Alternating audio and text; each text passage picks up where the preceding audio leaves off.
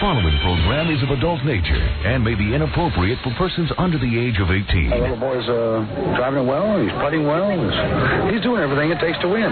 So you know what you guys do when he gets in here? Pat him on the back, say congratulations, enjoy it, and tell him not to serve fried chicken next year. Got it. Want collard greens or whatever the hell it is. Coming this fall, a brand new TV program. What do you get when you reunite an overly sensitive Catskill comedian? Because it's none of your business what I do on stage. That's my profession. A son he hasn't seen in quite a while. Kiss my ruck. Kiss my butt. You know I don't say that. Because I know you're not the kind of guy to do that. Because you go which way the wind shifts. You know what kind of guy I am because you haven't been around for 32 years. A daughter abandoned moments after birth. You left me in the hospital. I was 2 weeks I left you. Who told you that? I was 2 weeks Who old. told you that? Who told you that? Let me just ask Who you. told you that? Were you there? Answer my question. Who told you that? When I was growing up. Were you there for any one of my birthdays? No.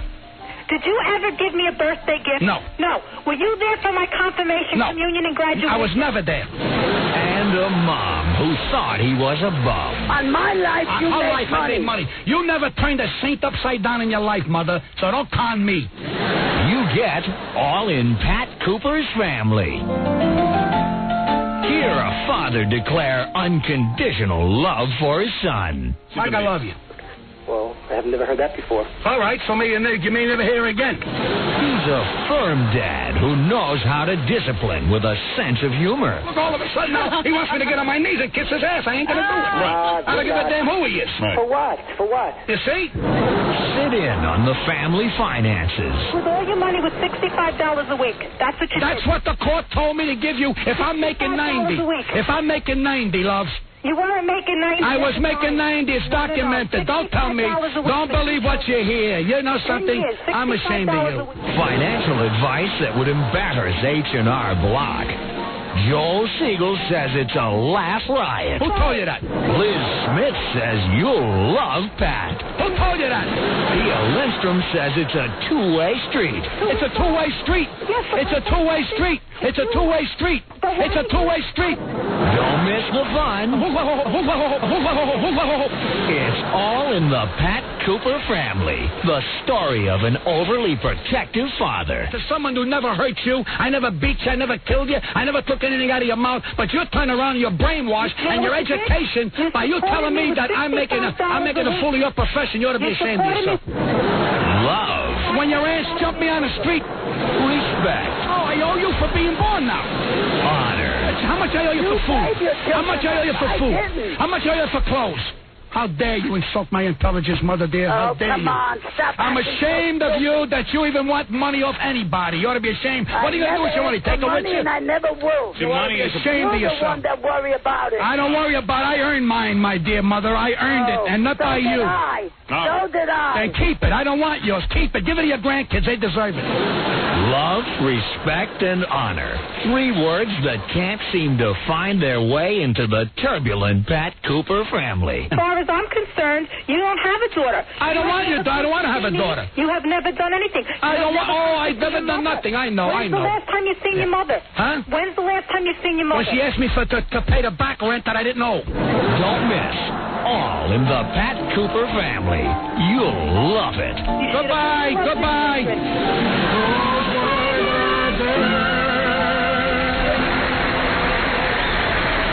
Listen, this is Bob Dole. Now it's time to begin another broadcast day with someone who's more bitter, angry, and sarcastic than I am. That's right, here he is. That big, ugly freak, Howard Stern.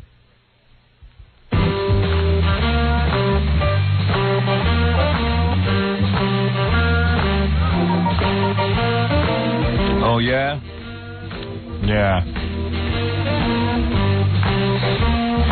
Well, today's question on the show is there anything more active than a Kennedy penis? We're going to find out. We got a hot one for you today. I mean, I know it's Monday. Anybody sit around and watch basketball all weekend?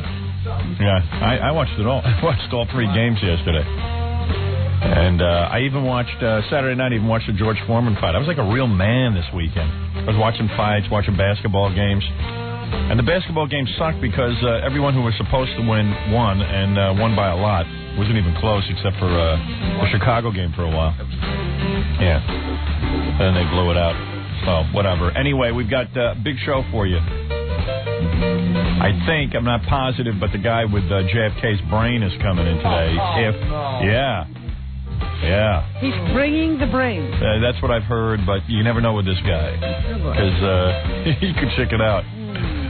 But if he comes in here, it should be good. Anyway, there's a whole bunch of things we got to get to today, but I must take a break. Robin. Did you watch basketball yesterday? I watched some of it, yeah. I saw a bit of the Bulls and the Bullets. Bulls and Bullets. Marv Albert's Bulls and Bullets. And I went to the Knicks game on Saturday. Ooh, the Knick game, not the Knicks, not plural. It's the New York Knicks. Yeah, but you say the Knick game, don't you?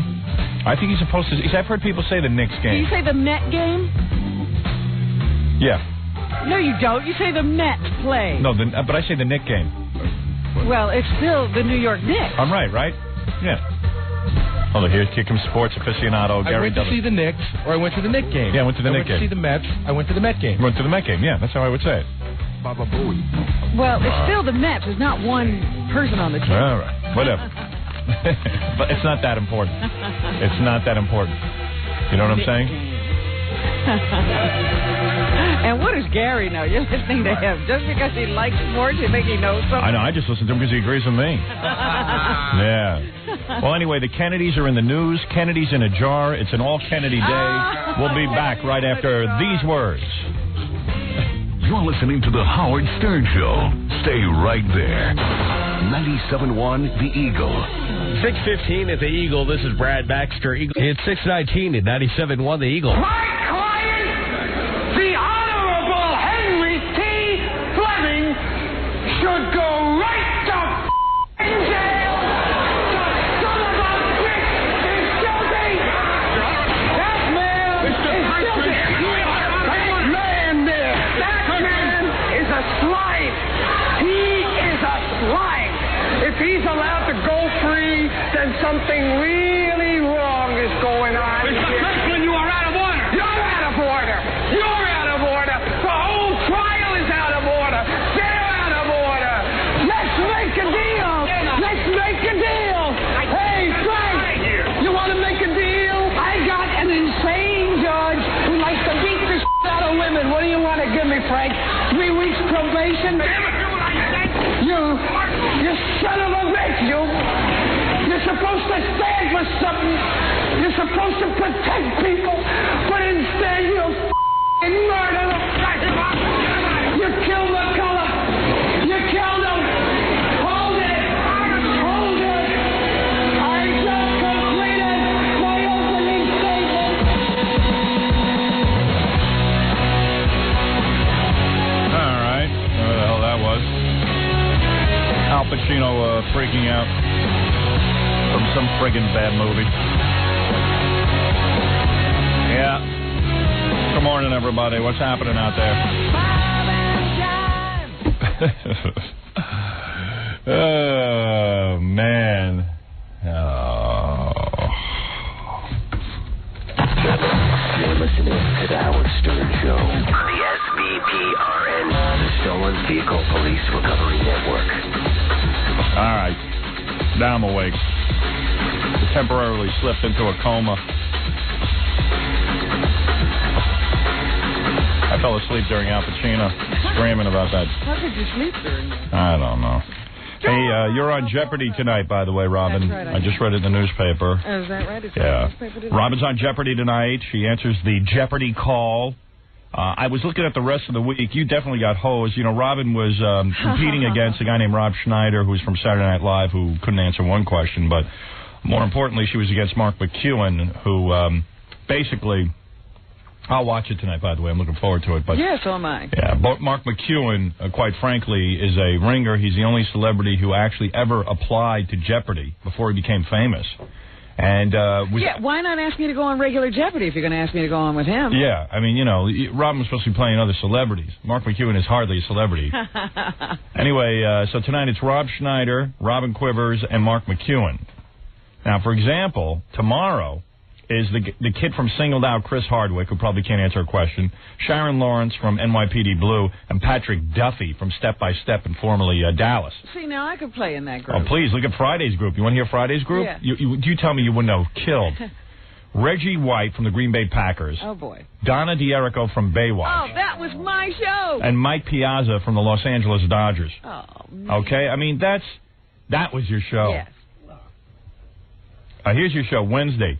Jerry Gordon Levitt from Third Rock from the Sun, Kirsten Dunst from Little Women, and Benjamin Salisbury from The Nanny. Well, I think those are all kids. They couldn't have put me on that one. Those are little kids? Yeah. Are they really? Yeah. Kirsten Dunst is a... Yeah, she was on Interview with a Vampire. Oh, well, she grew up by now, so what? So go on with little kids. So what? I would have trounced them. Right. Thursday, Sam Mortensen, Carrie Lowell, and Benjamin Bratt, all of Law & Order. I guess it was a Law & Order day. Yeah, they did one show where everybody was from the same show. Oh, my. Yeah. Well, first of all, some of these people I'm not even sure are celebrities. I'm pretty sure they're not. If they walked down the street, I don't think anybody would recognize them, particularly the people from Law & Order and these little kids and the guy from Singled Out. You know what I mean? I mean, I'm not even sure they classify as celebrities. I'm not sure they qualify as celebrities, rather. And these, I don't know. It's very upsetting to me. Believe me, it was upsetting to me because I expected to be on between a Baywatch babe. Yeah. You know, somebody from one of those silly sitcoms. Yeah, and I expected to win $500 because I was so convinced you would win, and I still am convinced you would win. I would have won any other day. Damn right. We got. You know, never mind your Jeopardy, because you got to. If you're not a person who reads the newspaper, and many of us don't read the newspaper, and I don't blame you. I mean, it's the same crap every day. Bad news anyway. Yeah, there's nothing fun, but there is something fun in the newspaper today, especially in the New York Post. It turns out. I mean, wait a second. This is just the funniest goddamn thing I've ever seen, and you got to get these pictures in the Post because you will love them. You really will. In fact, I should play. This is about Ellen DeGeneres. Of course. So I got to play her theme song, "More Lesbian Than Lesbian," because she is more lesbian than lesbian. She is super lesbian. She is now more lesbian than Katie Lang and Melissa Etheridge. Yeah, Ellen's a lesbo queen. She's eating at the Y, if you know what I mean, yeah. She's got a crappy show. I think she's coming out because her ratings glow, yeah. She'll never be a prize. She and Katie Lang are standing side by side, yeah. Her fans may think she's brave, but I'm just wondering, does her girlfriend shave, yeah. Yeah, more lesbian than lesbian. More lesbian than lesbian. More lesbian than lesbian. More lesbian than lesbian.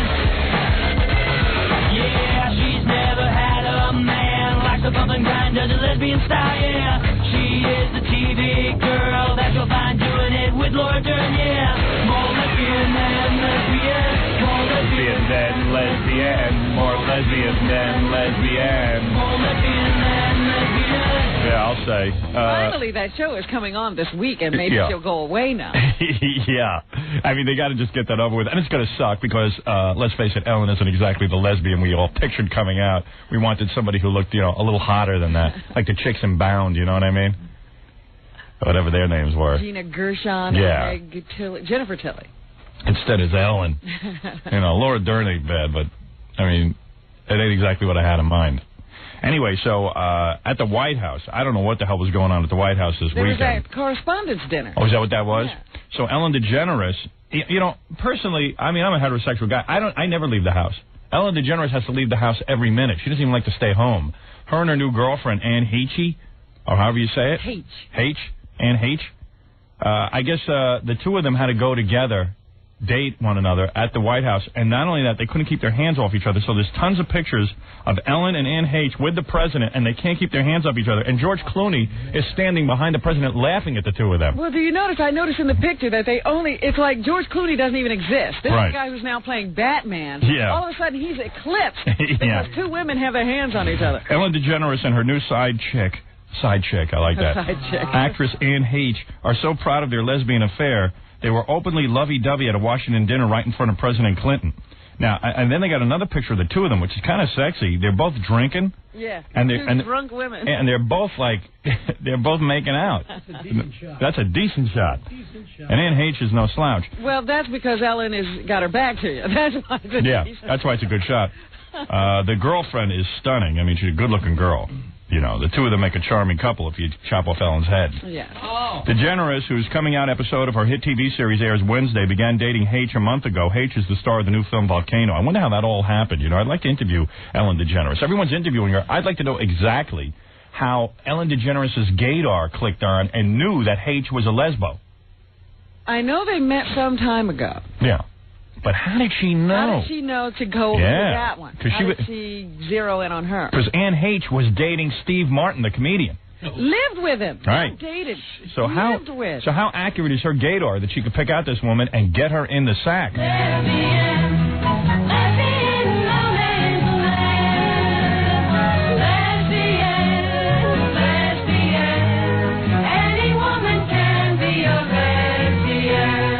And just let me say that she didn't live with him for a little while. 3 years. It was like, yeah. Anyway, I feel bad for Steve Martin. He's a nice guy, a very talented man. He doesn't need this kind of aggravation. There it was all over People magazine. Yeah, I mean, the poor bastard, listen, Steve, between you and me... He's had a bad time lately. Yeah, I mean, it is embarrassing when a woman goes lesbo after you sleep with her, but, listen, you'll get over it. You know what I mean? Well, he's had a lot of things go wrong. Yeah. His movies aren't doing well. Right. His girlfriend turns gay. Yeah, I mean, that's the worst. I'd rather have 10 movies do bad than have my girlfriend go gay. Maybe it puts a good spin on the career thing. That's not so bad. Yeah. Anyway, you know how they call Batman and Robin the dynamic duo? Well, they're calling Ellen and Anne H the blonde duo. They're the blonde duo. Is that right? Yes, the blonde duo attended the White House Correspondents' Dinner Saturday night, star-studded event that attracts hundreds of the nation's top journalists and politicians. From the moment they entered the party, the pair could barely keep their hands to themselves. Now, why don't they stay home? I don't know. They got to go do this in public now. DeGeneres, 39. 39? Yes. Oh. And H, 29. I know. She likes him young. Even slipped into the ladies' lounge where they were spotted whispering and holding hands. So not only were they at the dinner in front of the president all over each other to show him that they're openly gay, but they had to prove in the ladies' lounge they were openly gay. See, I wondered about this. I announced on Friday or Thursday that they were going to be going to this dinner. And I said, well, what are they going to do at this dinner? No, they're going to have to do what they have to, lesbian stuff. Because everyone's expecting it. Like, what do you do? Like, most heterosexual couples do not do this in front of the President of the United George States. Clooney had a woman with him. Yeah, but he didn't have to put his hands all over her. I'm personally disgusted by heterosexual couples who do this, not what I call open displays of affection, but I mean like making out and practically making love at the dinner table. Right. Like, why do you need to go there and do that? Because Ellen DeGeneres must be a marketing genius. I gave her a lot less credit than she really deserves. And Annie H ain't no slouch either. I wonder. I didn't know her name before this. Well, you know something, Robin? That's a debate we should have, because that's a tough one to figure out. This Annie H. Now, she's maybe insane because she's got a pretty hot movie career. That's right. She's in Volcano. Mm-hmm. She's cast to do the Harrison Ford picture next. Right. Which is a love story. And I wonder if Hollywood is going to want to cast her in heterosexual love themes. Don't forget, we're liberal. We can go watch that. Sure. But, man, in Kansas, forget about it. You think farmers want to see that? I understand that Oprah's taking heat. Oprah? Because all of her constituency is in the Midwest. Oh, is that right? Yeah, she's got those little old ladies who sit in front of the TV all day. And they've been writing to her since she's now a part of the Ellen DeGeneres episode. Well. That she's wrong for promoting homosexuality. Oh, man. Nah, they're kooks. When President Clinton addressed them privately, they were still at it. Oh, my goodness. Well, Bill must have had a good time. Yeah. As the president spoke, he digs that whole thing. Yeah. I'm sure he asked him to do it. In fact, he's sitting there laughing, and so is George Clooney. Kiss each other for me. It's the best picture because Clinton's laughing, and so is George Clooney at these two. Yeah. As the president spoke, The two entwined their arms together as an amused George Clooney looked on.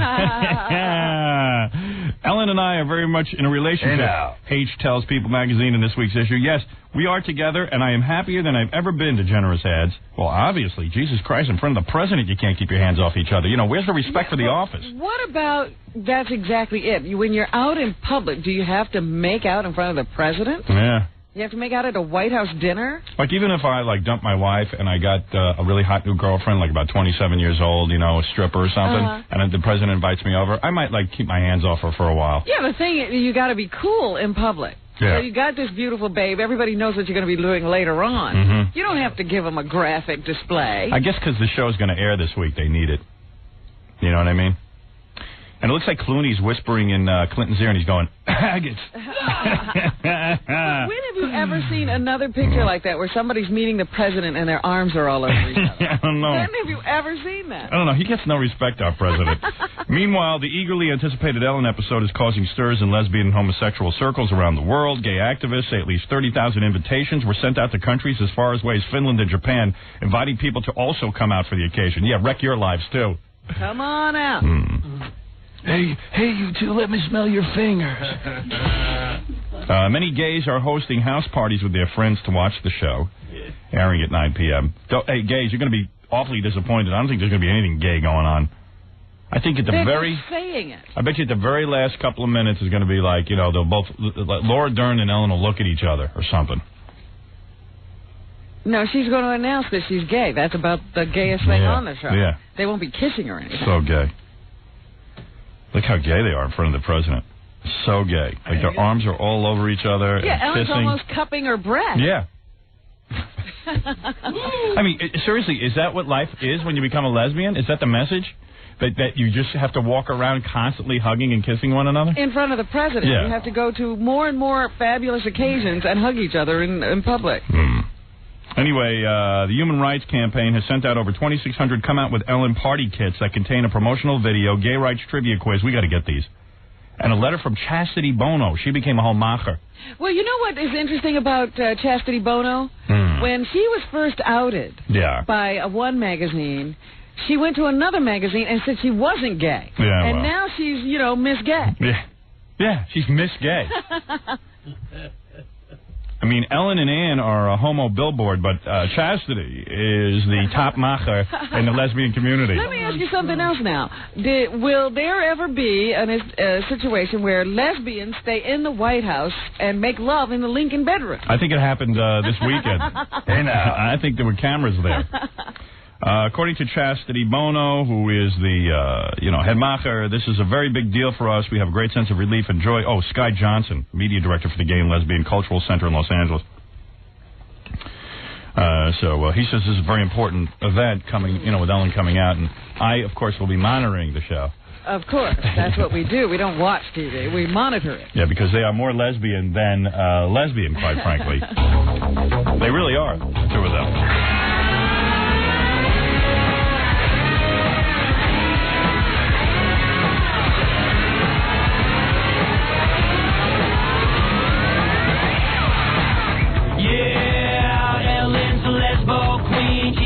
Why, if you know what I mean, yeah. She's got a crappy show. I think she's coming out because her ratings low, yeah. She'll never be a bride like she and Lady Lang standing side by side, yeah. Her fans may think she's brave, but I'm just wondering, does her girlfriend shave, yeah? Yeah. More lesbian than lesbian. More lesbian than lesbian. More lesbian than lesbian. More lesbian than lesbian.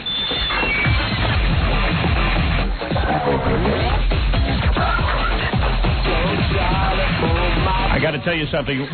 I've got confirmation now. The guy with Kennedy's, that chunk of John F. Kennedy's head is coming in today. He is coming in today. We're going to check the whole story out and see what's going on. This could be it. It's got hair and scalp and Kennedy's head. A piece of Kennedy's head. I don't know if it's got any brain in there, but we're going to find out if this is for real or not. At least we'll try to get to the bottom of it. I'm anxious. And I do have the Ku Klux Klan message from Tiger, about Tiger Woods. About Tiger Woods. Yeah, which I couldn't get to the other day. And Robin's on Jeopardy.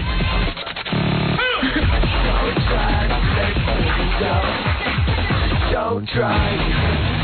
Hi, this is Robert Blake, and you're listening to Howard Stern, and I'm not. 97.1 The Eagle. 6:37 at the Eagle. This is Brad Baxter. It's 6:42 at 97.1 The Eagle. You're listening to the greatest black man who ever lived. You people are making me very unhappy. The Howard Stern Show.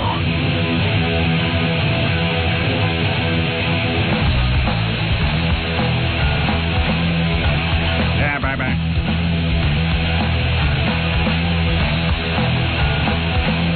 I'm still trying to figure out that Kennedy rape case. I keep reading about it in the newspaper, but I can't follow it. What do you mean? Well, tell me if I got it right.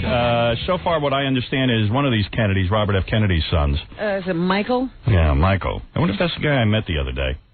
I met one of the Robert F. Well, I met RFK Jr. Yeah, that's what I thought you Yeah. He's got... RFK Jr.? Yeah, I met Robert F. Kennedy Jr. There's so many. Who can keep track? Yeah, I met Robert Kennedy Jr. But that's the cool one. I mean, that's because he's got the cool name. I mean, that's the way you get laid. That's, any Kennedy. No, any Kennedy can get laid, but when you're Robert Kennedy Jr., that's cool. You know, the ones who have trouble are the Shrivers. Right, because they go around saying, we're Kennedys. They go, yeah, but your name's Shriver. So what are you talking about? Yeah, I'm a Kennedy, too. Shrivers have it the toughest, but when you're named like Robert Kennedy Jr., it's so cool. Because, like, when I met the guy, he comes up to me and he goes, I'm Robert Kennedy. And I'm like, oh, right. Sure you are. He even looks like him, too, actually. Yeah. Well, all those Kennedys of Bobby's, they sort of look like him. Yeah. Hey, it's 100 degrees in here, guys. And now don't make it freezing cold. Just a little cool air. A little. See, as soon as I say it's 100 degrees in here, they drop all the heat out. I know. I just a little cool air, please. Wow. Uh-oh. Oh. So what I understand about what's uh-oh? I just see another Ellen and Ann picture. Oh, yeah, anything good? And, it's like they're in a ladies' room or something, and Ann has her hand on Ellen's thigh. Yeah, you saw that in the Daily News. I got that one right here. And that's sexy. Because while Ellen's not sexy, she's always dressed like a man, and she's obviously the man in the relationship. She's wearing a suit and all of these, But she's, sitting there with her legs open. Yeah, like a guy. Ann H. is sexy as hell in a short mini dress, and her legs are crossed like a woman. And she's very femme. And any guy who looks at this is going to go, hey, I should be doing her, not Ellen DeGeneres. I should be on my side. Yeah, there's no way Ellen DeGeneres can satisfy a hot little bod like that. There's just no way. Steve Martin's looking at that and saying, how did this happen? Yeah. How did he lose her? I want to know how Steve Martin got her in the first place. 29 years old. Isn't he about 80? Hey, what's going on, man? I gotta get out there. Hey, you know what's shocked the hell out of me? And I'll get back to this rape case in a minute. Yeah. But I'm reading the newspaper, and this shocked me because he presents himself as such a family man. Bob Saget is divorced. He got divorced. I saw that this weekend. Yeah, he's got a wife and 3 little girls. Just left. Yeah, but he left her for that... Oh, that Dana Delaney. Yeah. That's what they're saying. Who was sexless. But, hey, now. Yeah, he's, gives me hope. Well, they said, I couldn't understand the story. They were saying that his marriage was ruined by his hard work so much. Right. He had those 2 shows on at the same time. Yeah. But now the shows are gone. Yeah. Practically. Yeah. And so he leaves his wife now that he's got some free time? Yeah. He's got money and time. Well, listen, before he didn't have to sit home with her.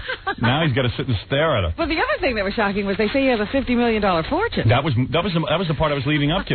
Bob Saget has a $50 million fortune. Where'd that come from? And a beautiful home. I don't know. I guess, there's a lot of money to be made in television. What can I tell you? I mean, if he's got $50 million, can you imagine what Roseanne has? Wow. Yeah. Megabucks. Unbelievable. But we were just talking to him out in California about that whole thing. You 2 were bonding. Yeah. Over the whole marriage thing. Yeah, because this was the high school sweetheart. Yeah. We were bonding all right. We both wanted nothing to do with each other. Talking about the 3 girls. Yeah. Yeah, well, there you go. I guess I'm next. Bravo. By the way, they did find someone who is a dead ringer for you. In fact, they found 2 people. The Inquirer was running a contest. Yeah. For a Howard Stern lookalike. Yeah. And some guy won the $250. No kidding. I got to look at him. You got to pick And they also, the runner-up was a dog. Oh, really? An actual dog. An actual dog. Animal. A real dog. See, that ain't right. That's it. I'm taking Mike Walker off the show. That ain't right. I have no sense of humor when it comes to me. I'm like Jerry Seinfeld. Yeah. It's funny if it's not me. If it's not you. Yeah. All right. So anyway, this rape case. So here's what I understand. Let's go through the details. Yeah, I don't want to go through all the details. I don't want to, I don't want to just drag it out. But here's what I understand. So one of these Kennedy kids, evidently, he's married and stuff, and he's got kids, and turns out they were married for 16 years. Yeah, it turns out they had a babysitter who was real hot, and she was like 16 at the time, I guess. So Kennedy might have been diddling the babysitter? Yeah. Is that basically the case? That's what they're saying. And the girl isn't pressing charges or anything. Or the parents. Or the parents. So they're saying the rape case cop is saying the fix is in, that it's all fixed, but it's not fixed because, certainly I don't care if it's fixed or not, but the point is, how is it fixed if nobody's pressing charges? Well, it's fixed because if it was anybody but a Kennedy, they probably would have pressed charges. The family. That's what they're saying. Oh, I see. They were family friends. Right. And the little girl was over there babysitting the Kennedy kids. Right. And apparently he started messing around with her and even stalked her, they say, after she broke up with him when she went off to college or something. Because she's 19 now. Pathetic. And I guess it was, the gossip in the town that started this investigation kind of thing. But it also broke up the marriage. That's the reason they say that the marriage is breaking up. He was married to Frank Gifford's daughter. Oh, I see. And that's the other wacky part of the case, that it's Frank Gifford's daughter. This is the daughter from the wife Frank, the wonderful family man, left when the mother got multiple sclerosis. Yeah, right. And so this caused a wedge between him and the three kids. So apparently there's no closeness between Frank and his first family. Oh, my God. Well, talk about first of all, the Kennedys did a great job raising those kids. Ooh. They're all like their dad. Yeah. And Frank Gifford did a wonderful job. He can't certainly say anything. Right. Oh, man. Yeah, in fact, I say to his daughter, well, yeah, people do this. You know who called me who was appalled at this story? Joe Piscopo. So if you can imagine. Yeah. So you can imagine what a scandal this is. And apparently the Kennedy in question had a drinking problem and, had to go to rehab and all that stuff. Right. Well, finally now, on our phone, Robin, switching topics, I'm going to be able to find out about this Kennedy head. This guy...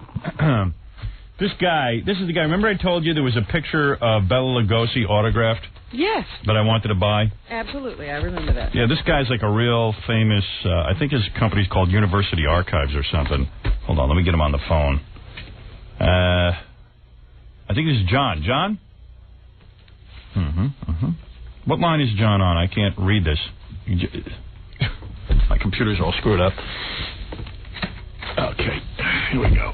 Is this John? Yeah, hi, how are you? Yeah, you guys got to straighten this thing out here. Yeah, how you doing? Good. All right, you're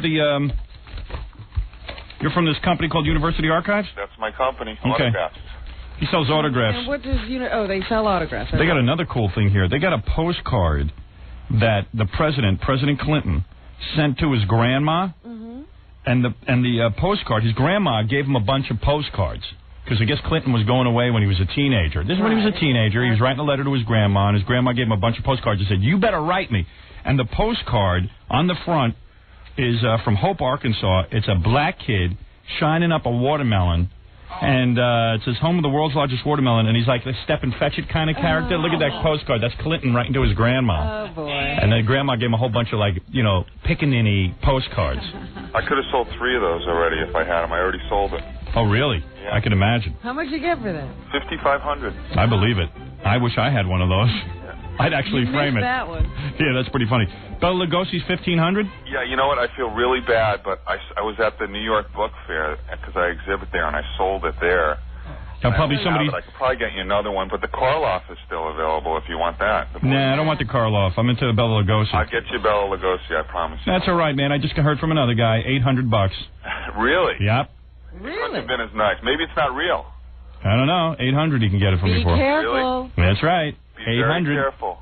Got to buy the real stuff. I think it's pretty real, man. Hey, maybe your prices are a little high. You signed a book to my son. I wanted to thank you. All I have in his collection are all the living presidents and you. Oh, how much is that worth? For my 5-month-old son. You can get a lot of money for that. Yep. Hold on to that. Yep.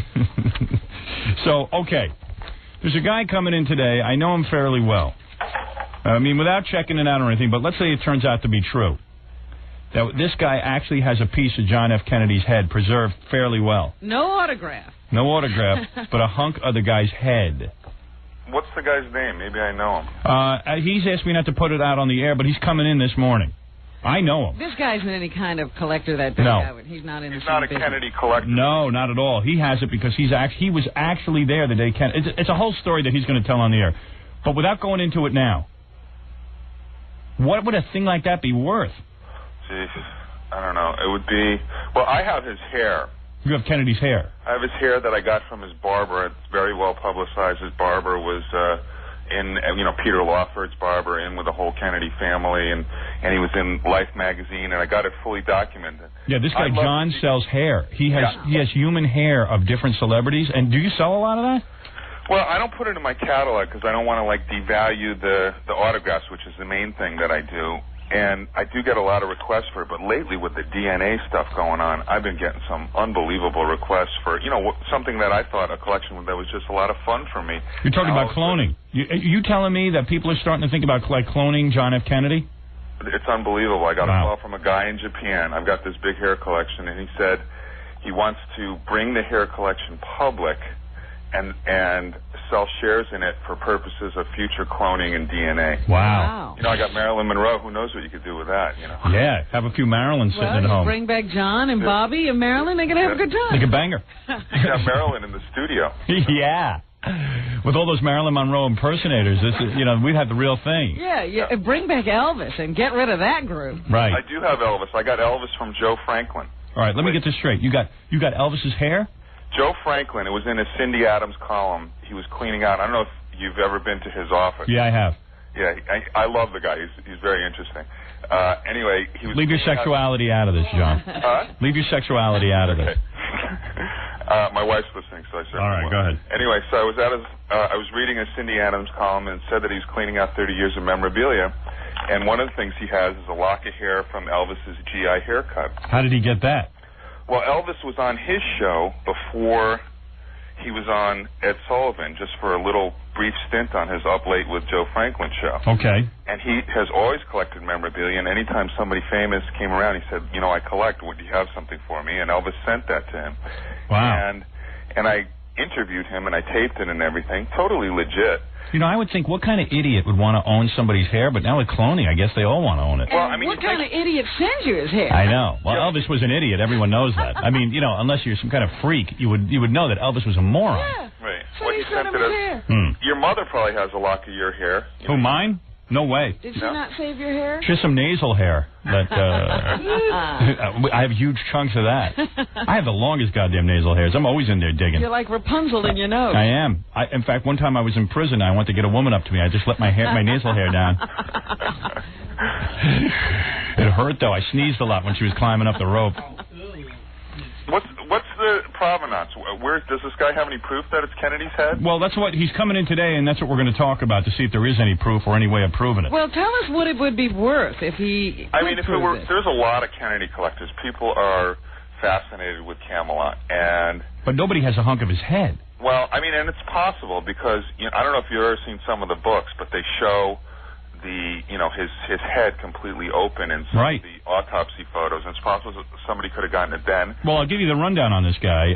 I've known him for a couple of years, and about 3 years ago, he said to me he has never told anyone about this because he thought he was breaking the law. It was a crime scene. Right. He was there the day that Kennedy was shot. He was just a New York businessman visiting, or New Jersey, I think. He's from Jersey back then. Yeah. Yeah, and he was visiting Dallas. He was there. When the bullets flew, everybody sort of scrambled. A lot of men were covering up the women and children. Right. This guy was so embarrassed because he saw a little hunk of head. He crawled over and got it, stuck it in his pocket, didn't try to save anybody or protect anybody, and said to himself, gee, I think this is a crime scene. But fortunately, the guy's in the medical lab business. He sells medical supplies to doctors, and he contacted a couple of doctors and said, hey, I want to save my son's tonsils, blah, blah, blah, blah, blah. Meanwhile, he preserved this thing all these years, was never going to tell anyone, but now he's in financial trouble, and he wants to sell it. First of all, he'd have to document he was in Dallas on that day. Right. Okay, then a doctor would have to... we have a doctor coming in. We have a doctor who has examined this thing, but I don't know what the results are. He's coming in today, too. Human. Well, I sell 7 strands of Kennedy's hair, and I sell it for $700. And people, I don't put it in my catalog, but people, when they call me, I sell it for that. Wow. Okay, I'll give you another comparison. I know there's pieces of the seat of the back of the limo that are blood-stained the limo ended up in some wrecking yard in Detroit, and there's a couple pieces that were staved. Those sell for about $10,000. A little piece of blue leather from the back of the limo where Kennedy was shot. So let me tell you what this is. I've seen it. Robin has not, and no one else on the show has seen it. Right. Okay, he's got a jar. Right. In it is, I would say, about. I'm not good with measurements, but I would say it looks like it's. You could see some of the hair is on the bottom of the jar, like it's fallen out, but you could see scalp, hair, and sort of like what looks like skull and maybe some residue. Is it the brain? I don't know if it's what it is. But it's the size of like a chunky. Like a chunk? It's like the size of a chunky. Wow. Okay, I think it's probably. I mean, it's nothing I would buy because I don't get that macabre. But I mean, I think that there'd be buyers probably. Especially with the DNA and cloning. In the $10,000 to $20,000 range. Really? That's all. That's real. I mean, I'm saying that's the guy's head. If it's real. Yeah, I think he's going to have trouble selling it. I think the Assassinations Review Board is going to be knocking on his door. What he says is that's why he doesn't want to be identified. He's going to sell it privately. Yeah, he's not going on the. He's not going public with it. So now you have to subtract from the whole formula that you have a guy. This can't be sold publicly. It has to change hands privately. That greatly reduces the value. Oh, really? Yeah, definitely. Well, let's see what happens when he comes in. I'd rather have the Bela Lugosi photo. Is what what I'm telling you is he's thinking of putting this thing on tour the same way like King Tut was on tour. A chunk of Kennedy's head. But how do you do that without the Warren Commission, as he said, coming in? Well, that's what he's thinking. Enough time has passed. I mean, I'll give you another comparison. Is I heard, and I've been trying to track this down, I heard that Jackie's pink suit is supposedly owned by somebody, and the price tag is $1 million. Wow. And the other thing is, So if that's $1 million, you're talking about the real John head. F. Kennedy's head. I mean, it could be, but I think it's only a piece, and I don't think. Well, you can't get the whole head. Right. Come on.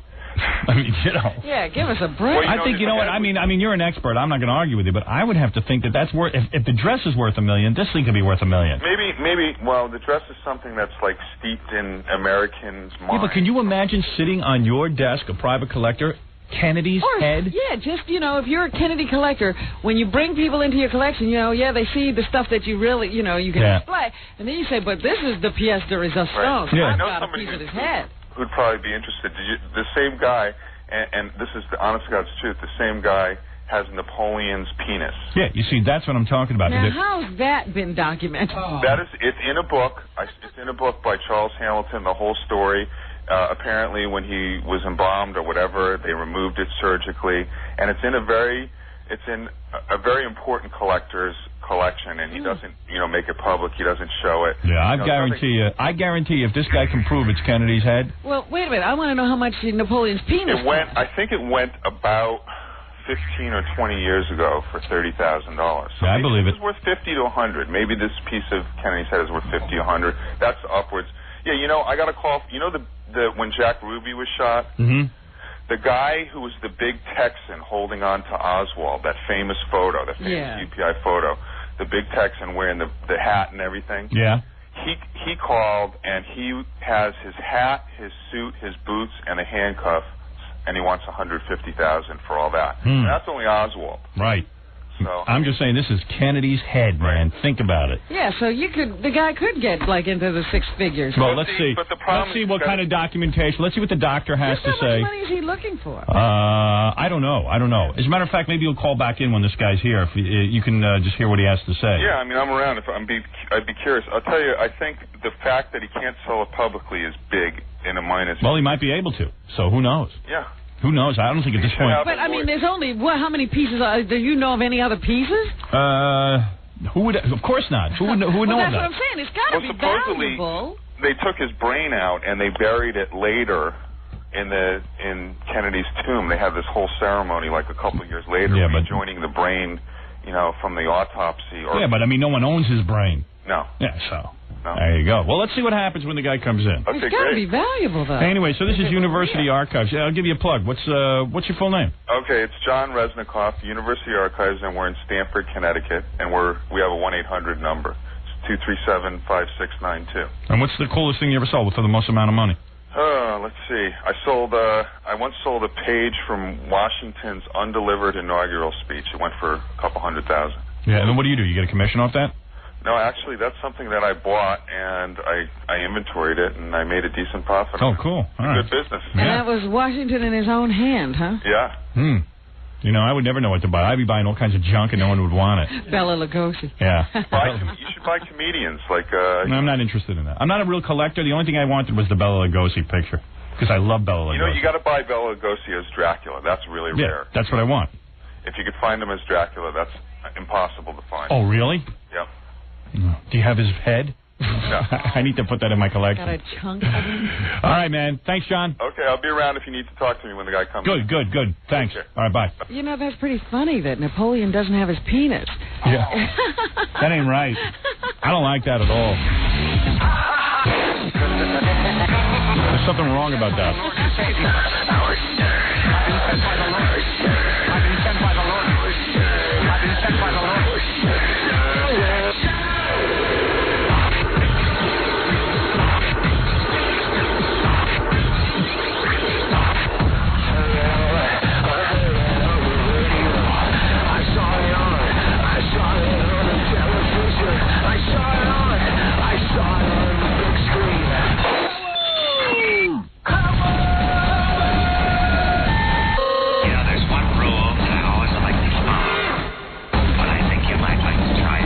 Take your pants off. Tell me what the point of listening is. Tell me what the point of listening is. Tell me what the point of listening is. It's spreading. Howard Stern. Howard Stern. We'll return to the Howard Stern Show after these messages. 97.1 The Eagle. 7:04 at the Eagle. This is Brad Baxter. It's 7:10 at 97.1 The Eagle. Ever wonder what a Jewish Dracula sounds like? I have no home. Hunted. Despised. Living like an animal. The jungle is my home. But I shall show the world that I can be its master. I shall perfect my own race of people. A race of atomic supermen that will conquer the world. You're listening to the atomic superman of all media, Howard Stern. Thank you, my deep voice friends.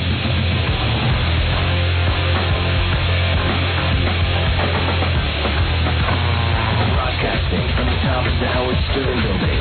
You're listening to the Howard Stern Show on the Stolen Vehicle Police Recovery Network.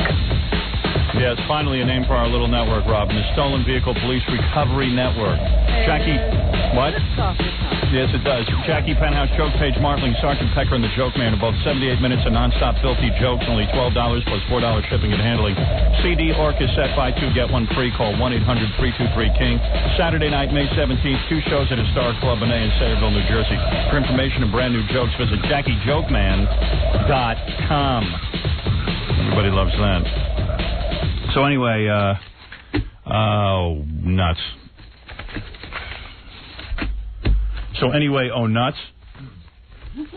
Yeah. Throw my newspaper out. There's nothing in it anyway. We already talked about the lesbian stuff going on in there with Ellen. Making out in front of the president. You know, it's kind of weird. Do you think those pictures went across the country? Yeah. Of course. Of course. And they're enraging the people of Kansas this morning with those pictures? Yeah, in case you're waking up, we're talking about Ellen DeGeneres over at the White House, and she was there with that new girlfriend of hers, Ann Heech, who they were making out in front of the president and making out in the bathrooms at the president's press deal. It's a White House dinner. White House dinner. And George Clooney's just standing there laughing, which is kind of funny. You know what's kind of weird, too? This Kennedy rape case, they don't identify, some of the radio stations have been identifying this kid as, not as Robert Kennedy's son, but as Ted Kennedy's nephew. Yes. That's kind of weird. That's a little weird, isn't it? Totally confusing. Well, yeah, it's like, well, everybody wants to bash Ted Kennedy, which I can't blame They them. want to make sure you don't miss the connection. Yeah, right. They're like, Ted Kennedy's nephew is in trouble. Robert's dead. It's Ted Kennedy's nephew. Yeah, it's fun. Makes sense. Yeah, it's fun to pick on him. Make him crazy. And I'm sure he's sitting at home this morning going, I don't understand it. I didn't do anything. That's Bobby's son. That's Bobby's son. Or maybe they figured he was around to help raise Bobby Kennedy's right, kid. and they're all living his fine example. Yeah. Somehow if the kids go wrong, it's Ted Kennedy's fault. He has to answer questions and explain.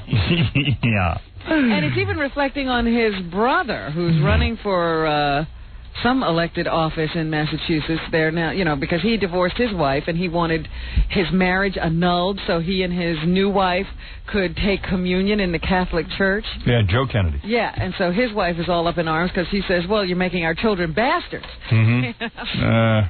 Cheers. Hello? Yeah, so Vicky, you're on the air. Hi. How old are you?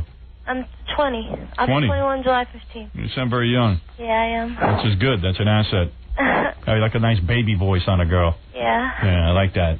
First of all, I want to tell you something. I think you're the best thing that happened to radio today, and I saw your movie, and I love it. Well, thank you. Thank you. Thank you very much. What can I do for you, please? I have a proposal for you. Okay, well, I can't get married. Yes. Well, I think I can seduce you with my voice if I sing you a song. Are you a singer? Yeah, I am. All right, go ahead. All right, you can choose either Monica, For You I Will, Colors of the Wind by Vanessa Williams, or Tony Braxton, Unbreak My Heart.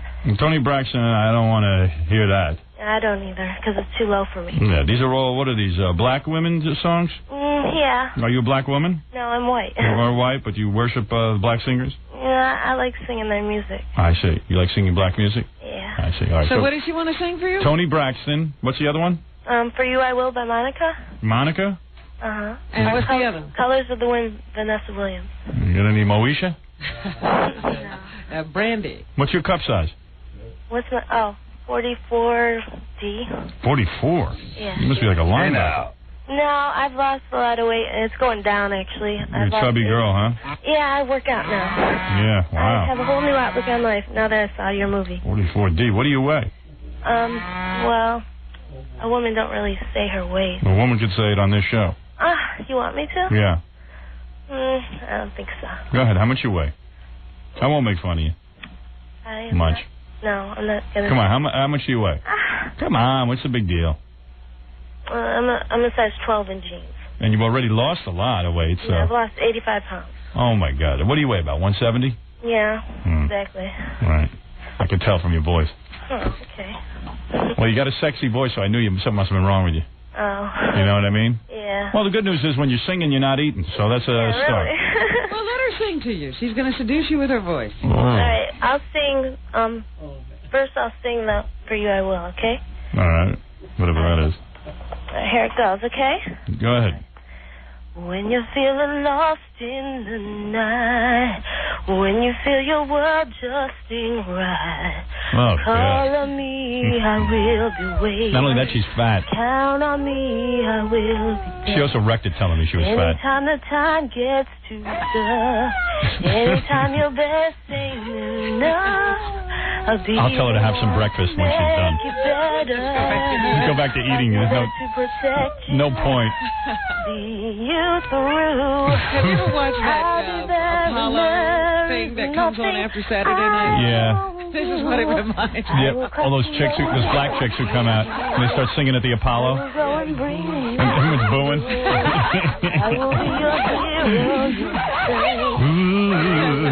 Even I could sing this.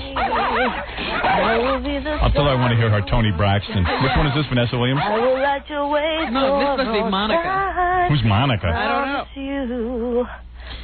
Monica's worse than the Squirrel Nut Zippers. Wow, not bad. Very nice. Well, you might be fat, but you can sing. You are some talent. Yeah, I want to be a singer one day. I'm dying to hear your Tony Braxton. I do a lot. Let me hear your Tony Braxton. That was nice. That was very nice. I like Madonna a lot, too. I mean, I could do any Madonna song. All right, let me hear something from Madonna. Which one? Well, I don't know. Material Girl. Okay. No, Papa Don't Preach. Papa Don't Preach. There you go. Papa, I know you're going to be upset, 'cause I was always You mentioned big fat chick sitting at home. I'm not a baby. You always Hey, Jackie, this is our song. I need your help, Daddy. This is wrong. I know it's What? hard. I know what I'm saying. I don't know. The one you want me all about. The one you She needs a boyfriend. I can do without. What an awful mess. And I don't maybe. Please, Papa, don't preach. Where's my knife? I'm in trouble deep. Papa, don't preach. I've been losing. A Kennedy could rape to this. Have me, baby. I'm gonna keep my baby. I'm just doing a little duet thing with you. You got Well, me. I like Madonna because we have a lot in common. I mean, we're always want to be the center of attention. I'm Italian, she's Italian. Right. So, Well, now you owe me. I owe you? Yeah, you owe me 2 eardrums. All right, honey, listen, it's time to go eat breakfast. What are you going to eat for breakfast this morning? Bagel and cream cheese. Bagel and cream cheese. Now, let me ask you something. You're a fat chick who wants to lose weight, right? Yeah, I'm trying to lose weight. Okay, well, why would you eat cream cheese? Why would... I don't know. I don't use a lot. Yeah, but don't you know what's in cream cheese? Cream cheese is all fat. There's Well, not. what should I use instead of cream cheese? What do you think is in cream cheese? What do you think it is? A plant or a vegetable? No. Here, I have the cream cheese. Do you ever go to like a Weight Watchers or? No, I've been to one. Yeah. I mean, did they ever tell you that cream Is she cheese? doing this on her own? Or? I mean- Cream cheese. It's right here. It says... What's in it? Read to me what's in the cream cheese. All right. I mean, why don't you have some bacon with that? Bacon? No, I hate bacon. I'm trying to stop eating meat. Mm-hmm. I don't like meat anymore. I don't like chicken and fish. What's in cream cheese? I threw away the box. I just I mean, if have you it. just skip the cream cheese, you might lose a pound. Yeah. I mean, it always amazes me that fat people have no clue. And they always say, well, what can I have instead of cream cheese? I don't like the taste. Yeah, but... And it's like, well, honey, don't you want to be thin? But I don't eat as much during out the day. I work out after... Yeah, but maybe you should eat something during the day, but something healthy instead of cream cheese. Like what? Well, I don't know. What do you eat for lunch? Well, actually, I don't have lunch. I just... All the fatos are the same. Sick. And then you starve yourself to the point where you go, oh, my God, I can't take this. I have a headache all the time. And then you just I have binge. a late dinner. I have a late dinner, and I eat usually like Taco Bell or something. Oh, my. Taco Bell is the most fattening food on the planet. What, Taco Bell? Yeah. Honey, it's And fast why are you food. eating it late? Yeah, I mean, honey, make yourself a nice piece of boiled chicken or broiled chicken. I like salads a lot. Do you eat Taco Bell for dinner? No, just sometimes. I'm like on the weekends. Oh, you're always going to be fat. You have no Okay, clue then what you're doing. help me out. Help Why don't you go to a nutritionist? Yeah. I've Yeah. been to one, too. And doesn't she tell you Taco Bell and cream cheese Yeah, is does like... she recommend Taco Bell? No. What did she recommend you eat? You know what? Fat people know what to eat. This whole idea that they don't know. Well, how about you send me... Oh, I'm not sending you Send anywhere. me some diet stuff. Yeah, okay. You know what you should be doing. You know what to do. And what kind of working out do you do? I go to Bally's and work out. Does everyone laugh swim at you? a lot. I like to swim. And then I You really think you should be swimming at your weight? What? Like maybe you'll lose a few more pounds before you get into a swimsuit in Well, front of all everyone. I need to lose is my little tummy and my... Don't swim in the ocean. You could get harpooned. Oh, my God. You know what to do, honey. You're 20 years old. You should be walking around thin. Yeah, I mean, there's no excuse for this. Well, every time I listen to your show, now I do like 100 sit-ups every time I'm listening. And that ain't going to make a dent in that whale blubber of yours. That's all. All that whale blubber is from your cream cheese and all that Taco Bell. I don't put cream cheese on it every time. Mm-hmm. Only when... Never mind. Thank you very much. Wait, let me talk to you. No, I don't want to talk to you anymore. Why? Because I've had enough. I'm not going to sit and teach you how to diet. I am not fat. I've lost a lot of weight. And You weigh 170 pounds. How tall are you? None of your business. What are you, 5'2"? How'd you know? Because I know. I can see right through this phone. Oh, my God. I'm not kidding you. Cannonball. You're a cannonball, is right. Wait, no, I'm not. I am losing weight, and I am... All right. Cares. How sickening can you be? She's very funny. She listens to this show, and she decided to call you. Mm-hmm. And so she could seduce you with her singing. Yeah, well, it's going to take a little more than that. A little more than that. Hi, you're on the air. Hi, me? Robin? Yes, Robin, you're on the air. It's Robin. Yes. Hi. Howard? Yes. And Robin? Yes. No, it doesn't sound like you. All right, goodbye. Here we go. Why would there be two people on the phone? All right. Okay. Anyway, I met you guys. You don't remember probably 2 years ago. It doesn't matter. But so why would you bring it up if it doesn't matter? Well, I went to Manhattan. I'm going to do away with the phone call part of the show. Oh, well, anyway, I wanted to tell you I'm in Detroit, and there are so many gross, irritating people who imitate you. It's like awful. Yeah. Like people even imitate like Jackie, even like. All right. We know. There's tons of Howard Stern imitators. All right. Danny Bannon douchebag, Ted Nugent, Drew and Mike, the Riff Morning Crew, whatever that is. I don't even know. All right. We know it all. We've gotten letters from everybody. I just. We know it. Well, what can I do for you? All right. I was calling to tell a good lesbian story. Well, why wouldn't you just get on and tell that? Why did you have to go through the preamble? Well, I wanted to tell you. You had some lesbianism? I was annoyed, because I thought that you would. No, you had some lesbianism? Yes. Do we want to hear her lesbian story, Ron? How old is she? Come on, put on your real voice. How old are you? You're freaking me out. My real voice? I'm 23. You know that. How would I know you're... I know Ganji. Well, because I met you. How would I know you're 23? Oh, you're a wacko. All right. I got to hear her story. All right, let's...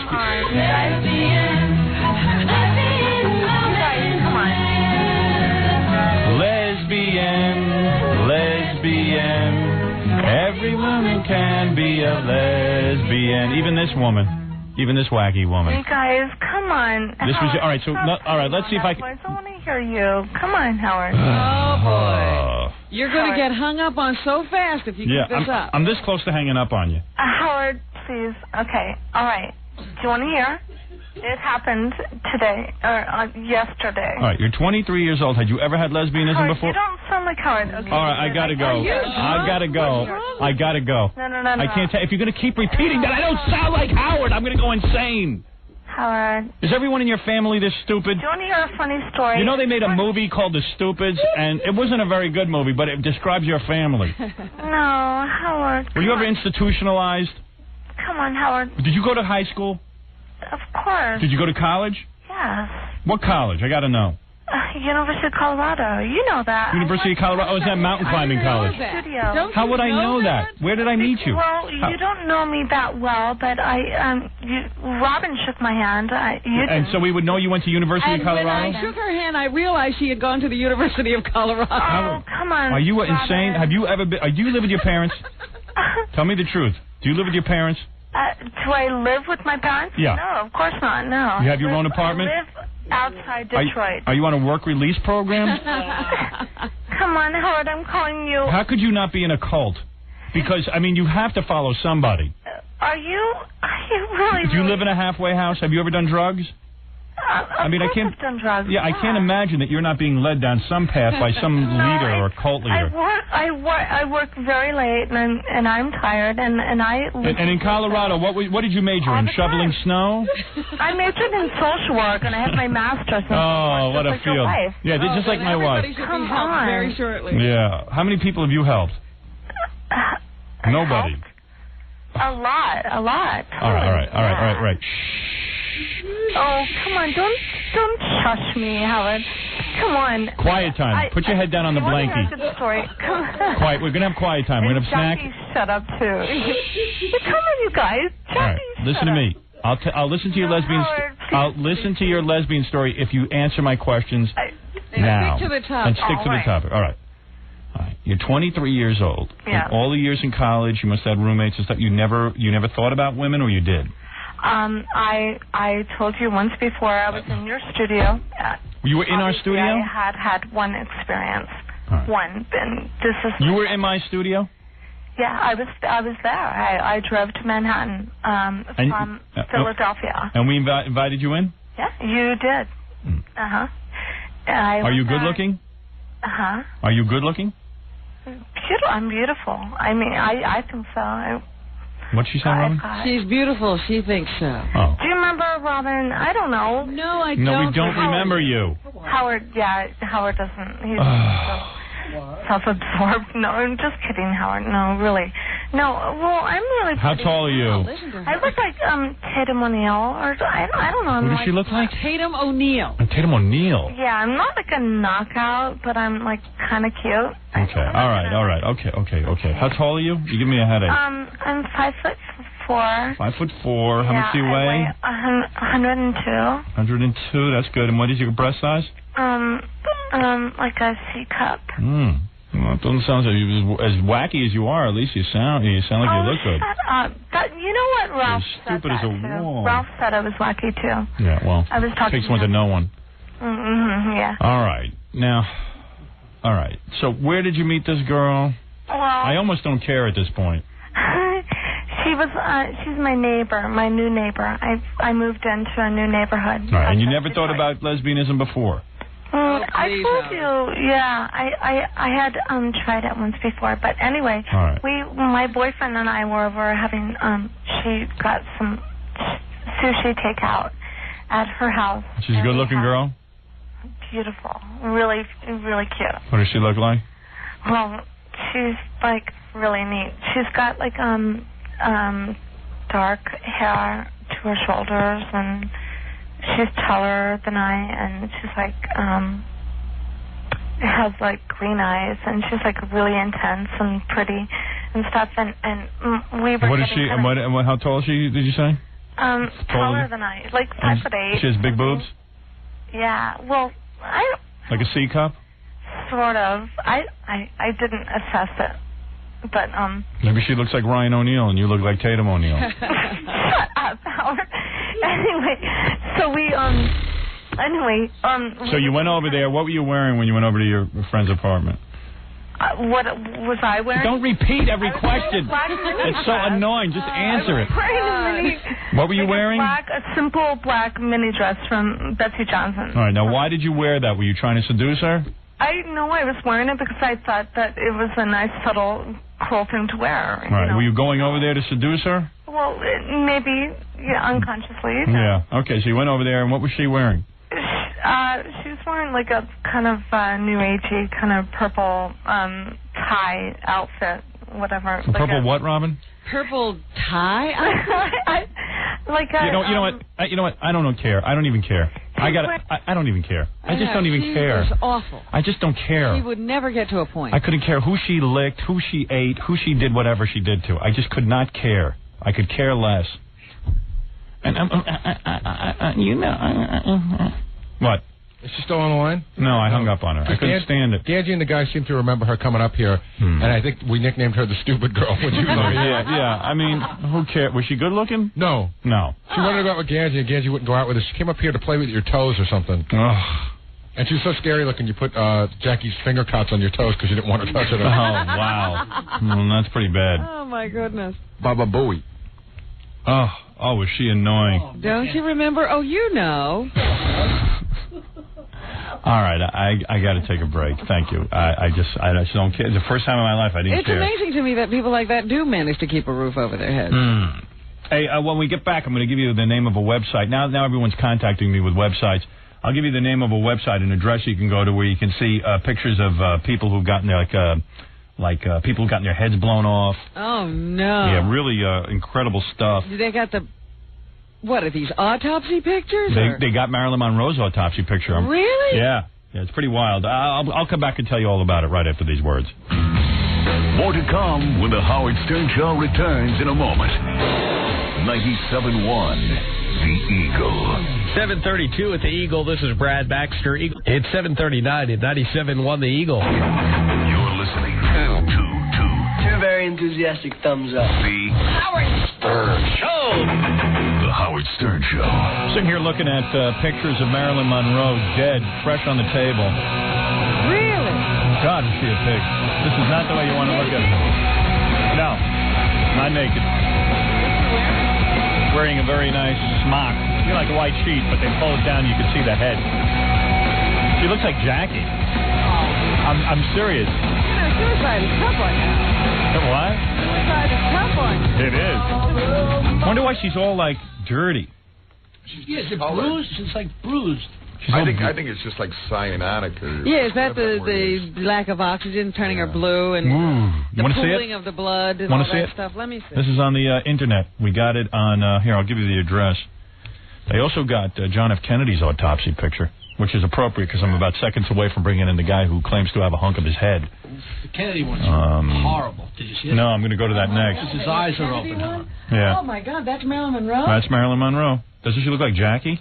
Stop. Goodbye, Norma Jean. She looks like a martling. Yeah.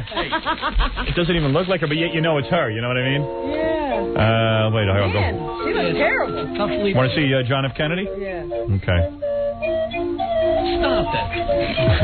Here's John F. Kennedy's autopsy photo. Jackie's already been on this website. Oh, this one's scary. He looks like a Jerry Mahoney puppet. Wow, isn't that weird? Now, how do they get that? Is that released to the public, or is I've seen that before somewhere. Oh, look at that! Look at the hole in his throat. Oh man!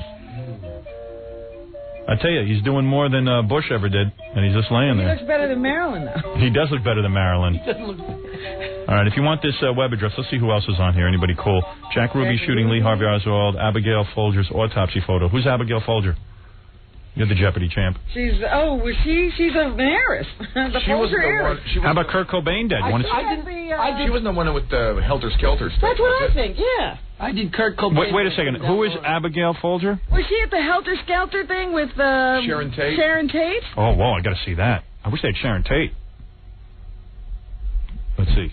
Ooh, this looks nasty. I like how it unfolds. Ooh, what did they do to her? Well, do you remember they were stabbing and slashing everybody? Oh, man, that is... Oh, that's a full body shot, nude. Ooh, with all the stab wounds. Can they do that, Robin? I mean, like, in other words, am I going to be naked on the internet with my autopsy shot? Yeah, see, it's the home of Roman Polanski and Charles Manson. Oh, wow, and look at all the stabs. Yeah. They stabbed her all over and stabbed her, like, near the vagina. Was she wasn't pregnant, was she? She looks kind of pregnant. She was the pregnant one. Sharon Tate was pregnant. Yeah, she looks a little out of shape, though. Ooh. Oh, whoa, that's heavy. Oh, that's really heavy. Why is that released to the public, Robin? You're looking at it, aren't you? Yes. I mean, all that stuff. It might not even be released, but somebody's snuck it out. All right, I'll give the address in a minute. Kurt Cobain. You want to see Kurt Cobain? Somebody him through his window.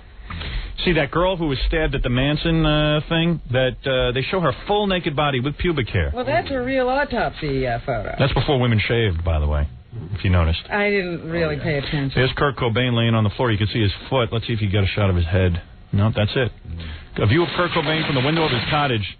Dead from. This is actually a picture of him laying there at the scene. Through the window. Through the window. That's not even his autopsy photo. Pennywise bassist dead. Who's that? It must be some band member. Pennywise? Want to see him? I don't want to see him. No. Anybody else? No. All right, here's how you get on this. Rotten.com. ROTTEN. Rotten.com.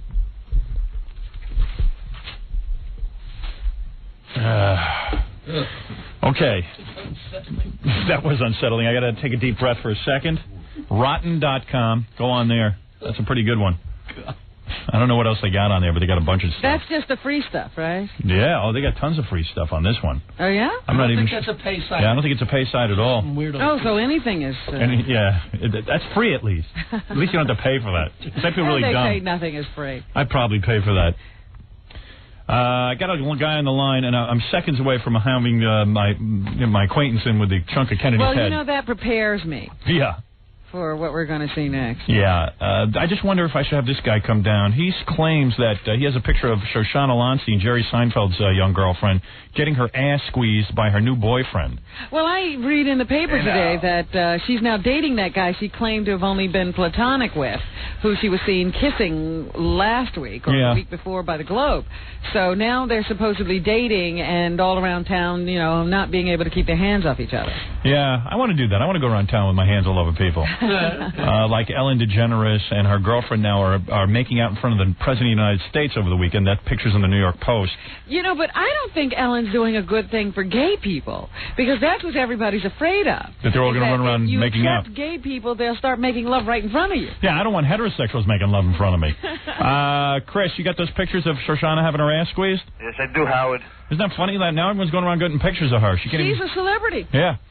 So, are they really good? Yeah, they're really good. I took them yesterday. I got them blown up, And I thought they'd come out a little bad because I got them blown up because I thought they'd lose resolution or whatever. But they look real good, and I wouldn't tell you that unless I knew it. All right, yeah, bring them down here. I'll take a look at them. And I can't figure out exactly what went on in the breakup there. We were told that Jerry didn't want to marry her. He wanted to break his promise. He promised to marry her after she graduated from college, and Shoshana was pressing him for a date. I don't think we'll ever know the real story, Rob. So he supposedly told her she wasn't mature enough for marriage. Yeah, well, she's 18. All right, bring him down. We'll take a look at him. Why not? See you in a little while. Okay. All right, now the moment you've been waiting for. Now, the big moment. Broadcasting from the top of the Howard Stern building. You're listening to the Howard Stern Show on the Stolen Vehicle Police Recovery Network. All right, all I can tell you is the following. I know this guy through my father. Actually, through my mother and father. They were friendly, sort of a business acquaintance kind of thing. Acquaintances, friends through other friends. I don't know him real well, but 3 years ago he came to me with his unbelievable story, and we're here to check it out today. First, I'm going to bring in Mr. X. He does not want to be identified by name for obvious reasons. Guy's a pretty good guy. I've met him a couple of times. I'm glad he came to me with this story. I'm probably the only one in the world that knows about this, and now we'll finally get to the bottom of it. Mr. X, come on in. He's a little nervous.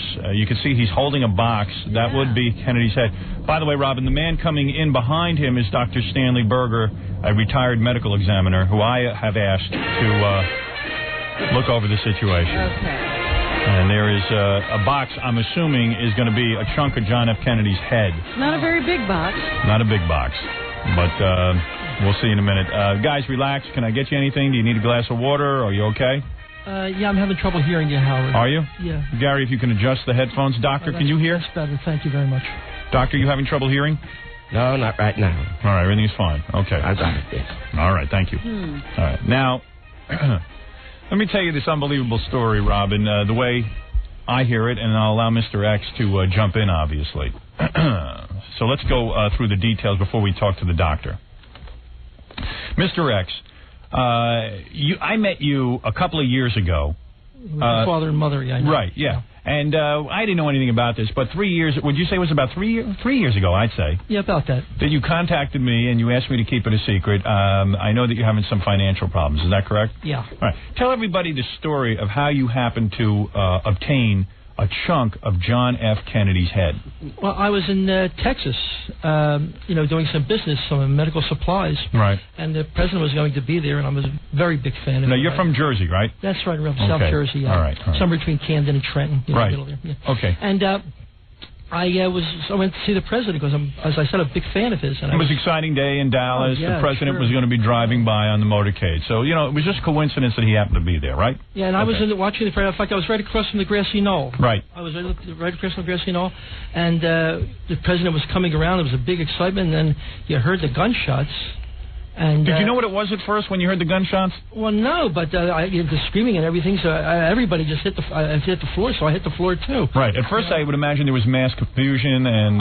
it's a lot of fear. Right. It's very scary. I mean, did you see the bullets hit the president? I didn't see anything. I didn't see it. We just saw the president's car. We heard the noise. Everybody started screaming and yelling, and everybody hit the floor. That's what I did. So some people hit the floor, or everybody hit the floor, yeah. And you have said to me privately that you were sort of ashamed of yourself. I don't know if ashamed is the right word, but any one of us, by the way, when bullets ring out, we never know how we're going to react. Oh, I know how I'm going to react. I know I'm going to get the hell. In fact, I don't even know that it hit the ground. I'd probably just run. I don't know what I would do.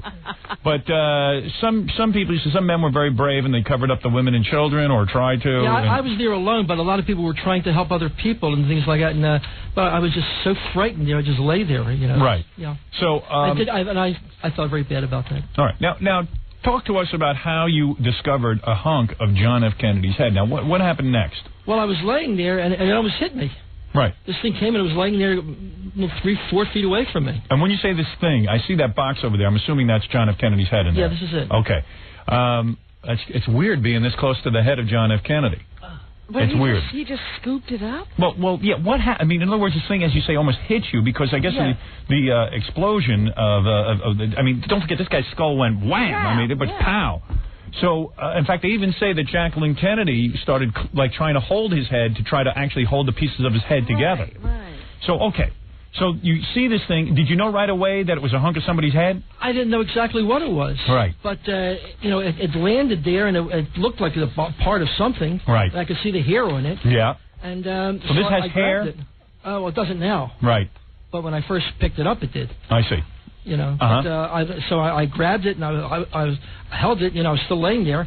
And then when everybody started to scatter and run, I didn't know what to do with it, really. So then I just looked at it. I put it in my pocket, right. and I went. Put in a handkerchief, and away I went. Okay, so now at this point, you kind of realize, I suppose, that you've got a hunk of John F. Kennedy's head. Did it disturb you because this was a crime? I know the answer to this, obviously, but it did disturb you that this was a crime scene. Perhaps maybe who knew that maybe they needed this hunk of head to right. I mean, for whatever. Or maybe they were going to try to save him. They could have sewn it back on. Who knows? Well, the point though is, even after I imagine that in the confusion, who would you have called? Right. Right. But after there's going to be a big investigation, right? And they need every scrap of evidence they can get. Well, you were nervous, like during the Warren Commission, all that stuff. I mean, absolutely, right. Because I didn't know what I had done.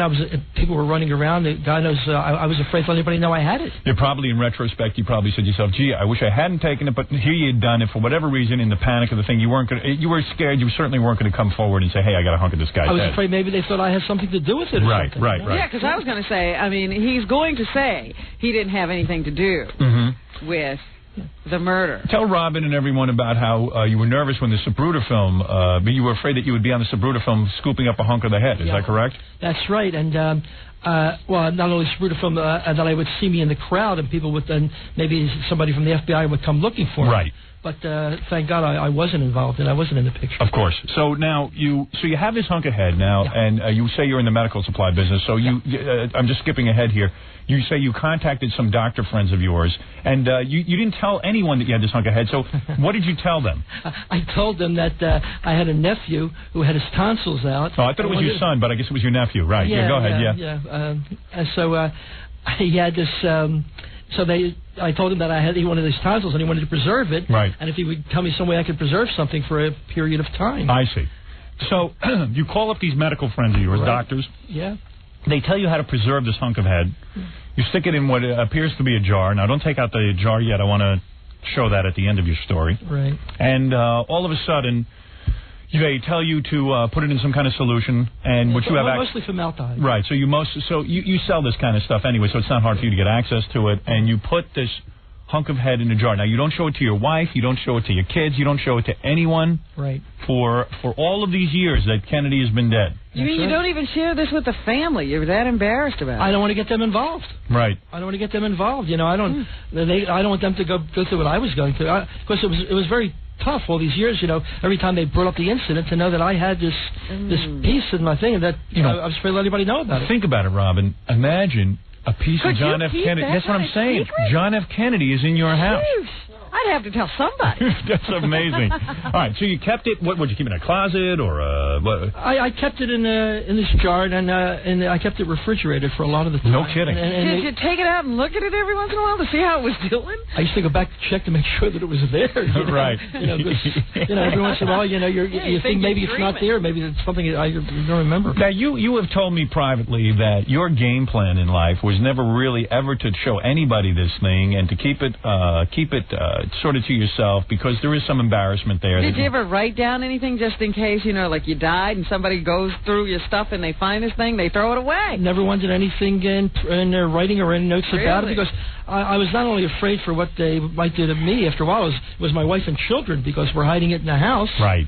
I don't know. So you figured when you died, someone would clean out the place and throw this thing out. That would be it. Okay.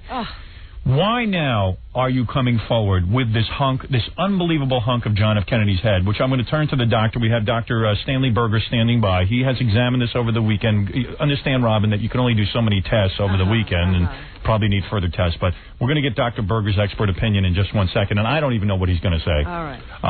Go ahead. Well, Howard, I guess about 3 years ago, I spoke to you about it, and I confided in you because the relationship and the good feelings I have about your mother and father. Right. And I thought you're somebody that I would be able to help me and give me some information so I could trust you. Yes. I'm having a lot of financial problems. Right. I got somebody who's in a nursing home, and it's I know you're uptight about giving all the details because you don't want your identity known. That's right. And I have other kinds of debts, and I just need money now. Right. Now, what is your plan here? What does he think he could get for this? I mean, yeah, we talked to an expert this morning. As a matter of fact, I would like to get him on the phone. This is a guy who deals in, he even has some of John F. Kennedy's hair, because he says now with cloning that's going on, Japanese businessmen have been putting bids in on hair of Marilyn Monroe, John F. Kennedy, just because they're into cloning. He said to us, we were trying to figure out the value of this thing. He wanted to hear your story first. He said that if you can trade this thing openly, if you could take this hunk of John F. Kennedy's head and do it openly, it could be worth as much as $50,000 to $100,000. Yeah. Which is a lot of money. Yeah. How much do you need? Well, that'd be a big help. You Yeah. know, it's I need a lot of money, but I was even hoping maybe even get more than that. Really? Wow. Sure. So, because it is one of a kind, and I understand that the only other thing like this that exists is Napoleon's penis was put in a jar, was removed at his autopsy. Absolutely, that's the only thing that I know that even compares to this. And supposedly that only sold for like $30,000 like 10 years ago.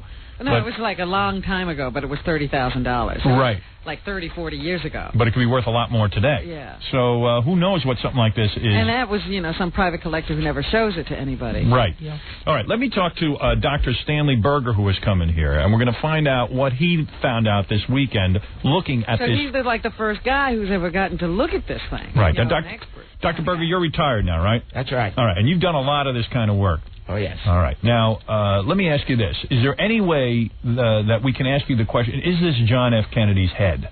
Oh, I couldn't say. You couldn't say? Oh, not at all. Okay. What can you tell us? After examining these remains that are in the jar, what can you tell us anything? Oh, yes. Well, just a cursory examination, and, we only had it over the weekend. Right. This is from a human brain. Right. Yeah. There are some crenellations in there. There is some bone. Mm-hmm. Didn't find any hair. Mm-hmm. And what is at the bottom of the jar? Because I've seen this thing already. Oh, that looks like hair to me. Well, we didn't take it out. Okay. We didn't take it out. All right. And I'd say it's from a mature male, not an infant, not a very old person. Is it possible to determine what this person died of? No, you couldn't say, but I would say that this appears to be a gunshot. Oh, it does? Shredding, From the shredding. From the nature of the shredding, and right. Whether the person would have survived that kind of shredding or not. So this is a skull. This is a skull. This is a skull that has most likely been shot. That's right. Okay. And can you put any kind of date or time on when this happened? Would it fit into the time frame of the Kennedy assassination? Oh, yes. I would say from the quality of the formaldehyde in there, the deterioration, that the sample that we have here is about 30 to 40 years old. That would fit into the Kennedy assassination, and it is a head that has been, with a gunshot wound. Huh. So, there it is. Now, are you ready to reveal? Robin, are you ready to see? Oh, I guess so. The Kennedy head. I mean, I don't know if it really is the Kennedy head, but here we go. Yeah, we don't know. But the guy says it's human. He's taking the jar out, and oh my God, there it is. Disgusting. Oh, that's disgusting. Let me describe for the audience at home. It appears to be what a jar you put it in. What kind of jar is that? That is like a mason jar, isn't it? Yeah, it's like one of those things your mother used to can. Yeah. Peaches should be in there. I mean, isn't there something better for the president? Jars, you have? years, yeah. Oh, you Really? have. When is the last time you changed that jar? That jar looks quite funky. It's about 10 years, I guess. Oh, yeah, I would say, yeah. Better lid would have helped. This is like perverted show. Yeah, better lid. So that is a canning jar. It is the president of the United States. You know what? Yeah. I'm sitting there thinking that same thing. He deserves a better jar. But, the guy was doing this on his own. He didn't tell anybody else. Right. Because he did the best he could. That's not a professional job. Thank you, Doctor. That's absolutely true. Well, anyway, I will describe it this way. I'm afraid to even touch it, quite frankly, because it is the president. Yeah, and it's got to have some kind of germs, right? I don't know. And there it is. It's in some kind of liquid that looks like urine. It's, I would say, whitish gray in color. It seems to be resting at the bottom of the jar. Yeah, it doesn't float. And I would say the head is about the size of a chunky. The piece of the head is about the size of a chunky. Would that be accurate, Doctor? Pretty large. Yeah, that's about right. yes. That's about right. Right. I expect it to be smaller. Mm-hmm. Wow, that's quite a big piece of head. Yeah. Well, there he is, John F. Kennedy. It was a little bigger when I first got it, but through the years, that's about the size. It's been that way for a long time. Now, would you like any publicity on something like that? Maybe what you ought to do, I know you don't want to be identified and stuff, but maybe we should invite a reporter down here to at least photograph the thing so if they want to show it. Whatever, maybe that'll get the bidding started. I trust you, Howard, and whatever you feel is the way to go with this, I'm going to. Well, I think there's two ways you can go with it. Either like on a freak show, like what they did with King Tut, they could put it on tour. And people could pay money to see a piece of Kennedy's head. I can't even. If somebody has a much, do you just want to go see that? Maybe. Well, I'll tell you what. I know. Look, I'm not a collector. The only thing I've ever really wanted was a picture of Bela Lugosi. So what? I mean, really, what is that? But I know that to have a jar with Kennedy's head sitting on it would be some fantastic paperweight on my desk. Oh, stop it! I might have to bid on that. That's not even pretty. Although maybe in the Smithsonian or something like that would be a good right. place. Yeah, absolutely. Yeah. For his final resting place. Wow. Oh. Gary, why don't you go down on the street and ask some people what they'd pay to see Kennedy's head? Maybe we can get some value. Yeah, we got it up here. Maybe we can raise some money right now. Maybe we should invite one photographer in from a major newspaper to take a picture. Now, I can't testify as to whether or not this is Kennedy's head. No, all we have is his word that he was in Dallas. That's right. Do you have any proof that you were in Dallas? Well, I guess I could find it, with the business stuff that we're talking 30 some years ago. Yeah, right. Oh, yeah. And I want to tell you how good it feels just to be able to talk about it and get it off my chest. Yeah, why not? It's been so long. Listen, it's not the lowest thing on the planet to do. You know what I mean? It's really not. Anybody could have done it. Anybody would have done it. There's a lot of collectors out there.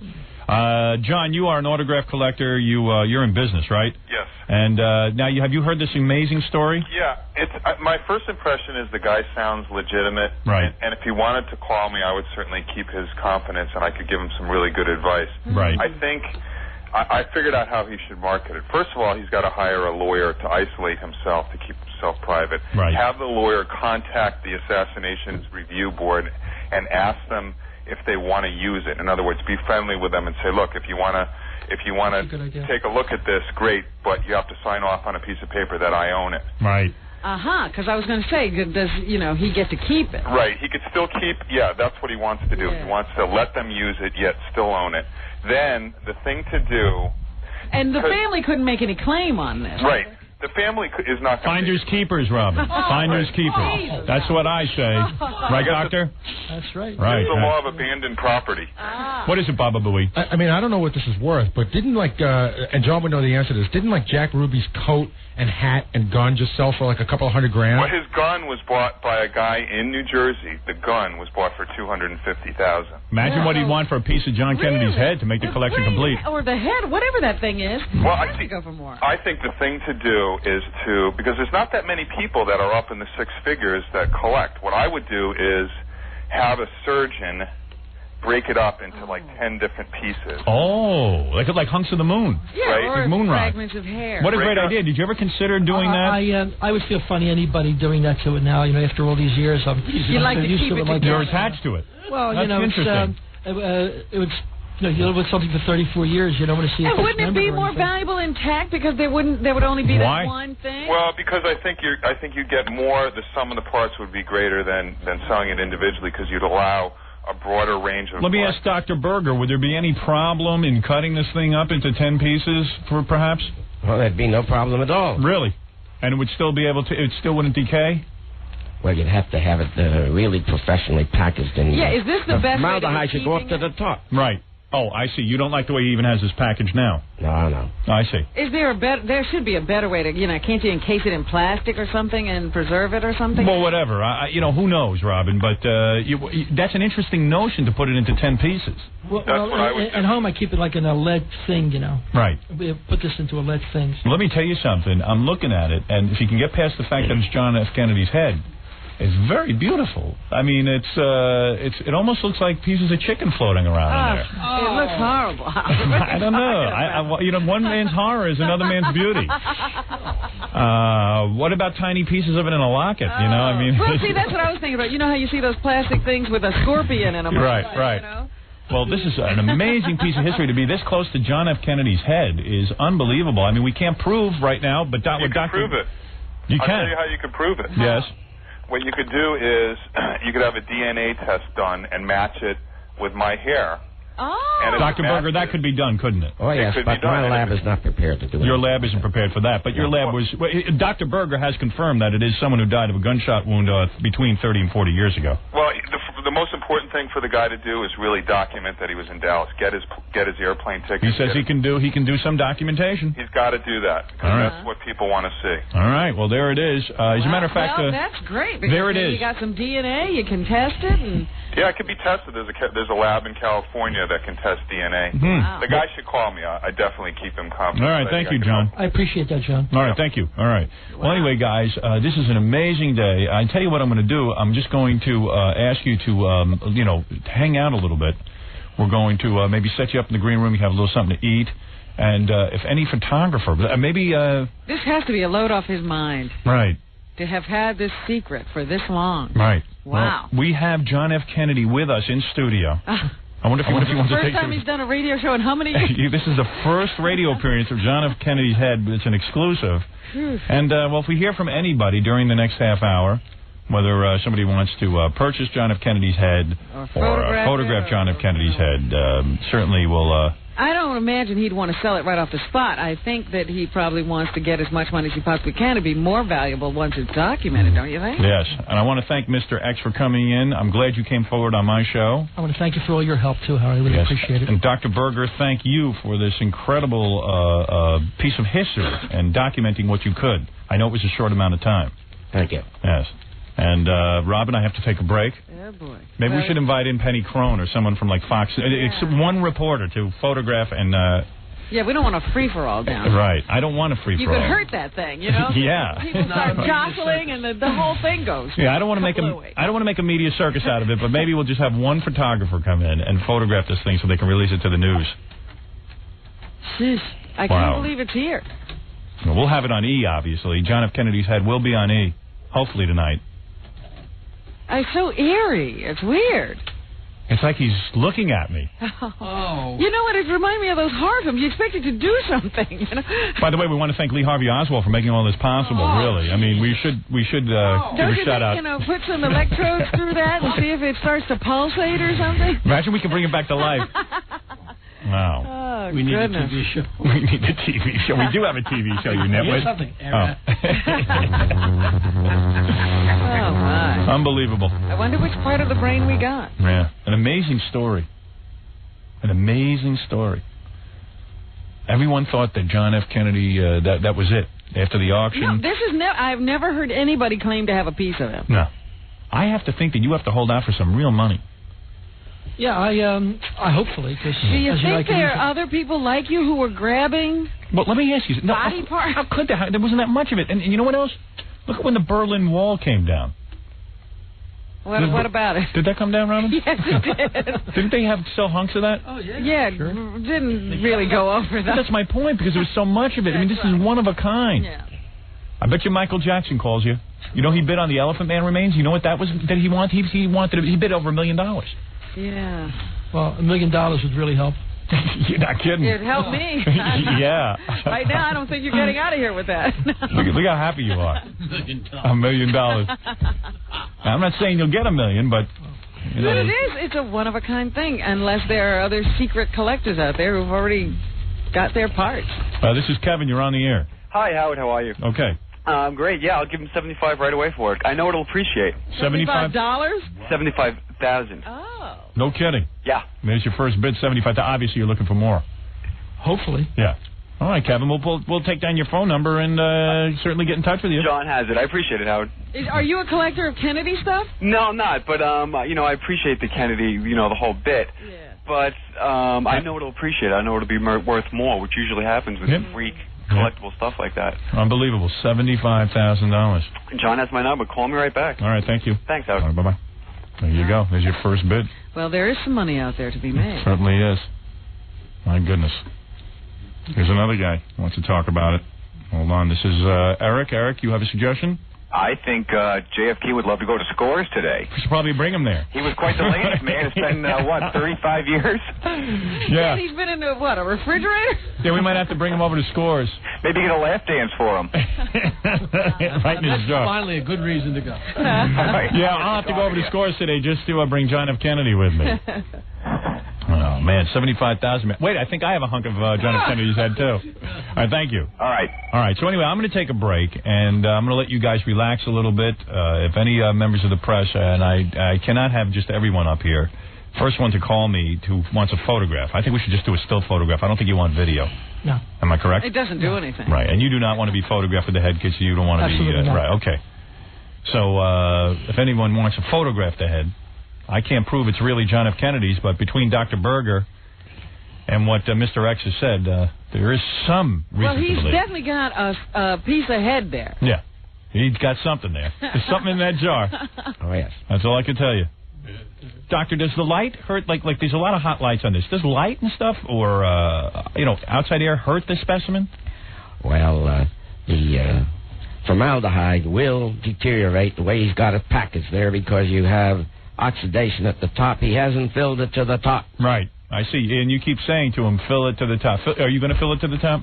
Well, where I keep it in my house, I do have it filled up. This was just to bring it in here. Oh, I see. Oh, you put it in that jar. Oh, you have a different jar. Oh, yeah. Travel I've case. got A travel case. Oh, I see. Wow. Interesting. Oh, doctor, so that's good that you said that. Okay. That's good to know. Yeah, but, thank God it's preserved as much as it is. This guy didn't know what he was doing. Well, doctor, you said there has been some deterioration, right? Oh, yes. Right. Mm-hmm. There would be. Right. All right. Well, there it is. There it is, Robin, the amazing story. So somebody who really knows what they're doing needs to get a hold of this right away, or we're going to lose this piece of history. Hey, but you got to applaud Mr. X. He has held on to this thing for 34 years. Yeah, he certainly has nurtured the Kennedy head. I hope I haven't done anything wrong, but Well, does it look pretty much like the way that I see? It's like almost split into two pieces. Is that how it was when you picked it up off the ground? no, it was much firmer and There was hair one on piece, it, and right. But through the years, it has deteriorated. That's right. Mm-hmm. Well, you're a real patriot. Well, you know what? Yes. I understand his need for secrecy, but Right. he really should have taken better care. Well, hey, listen. You know me. I probably would have left it on the ground, and ants would have eaten it. You would have stepped on it on your way out of there. Right. Wow. Wowee. This is an amazing... I hate to be at a loss for words, but I must tell you, just staring at the Kennedy head... Wow. Well, all these years, every time the Kennedy thing came up, another, people come talking about it. Another one of these books was written. Yes. And I always had the idea that maybe I'm supposed to turn it over, but I was always afraid that if I turned it over, my life would become a circus, and God knows what they would do to me, and who knows what would be Did you ever looking for me. expect to show up in some of these books or anything? Well, I can't believe I've had this thing for 30-some years and nobody has found out about it yet. Yeah. That's been the most amazing thing story. for me. Amazing story. Yeah, with all the investigations, see? Wow. Amazing. God, and How think of many the bullets do possibilities. you think there were?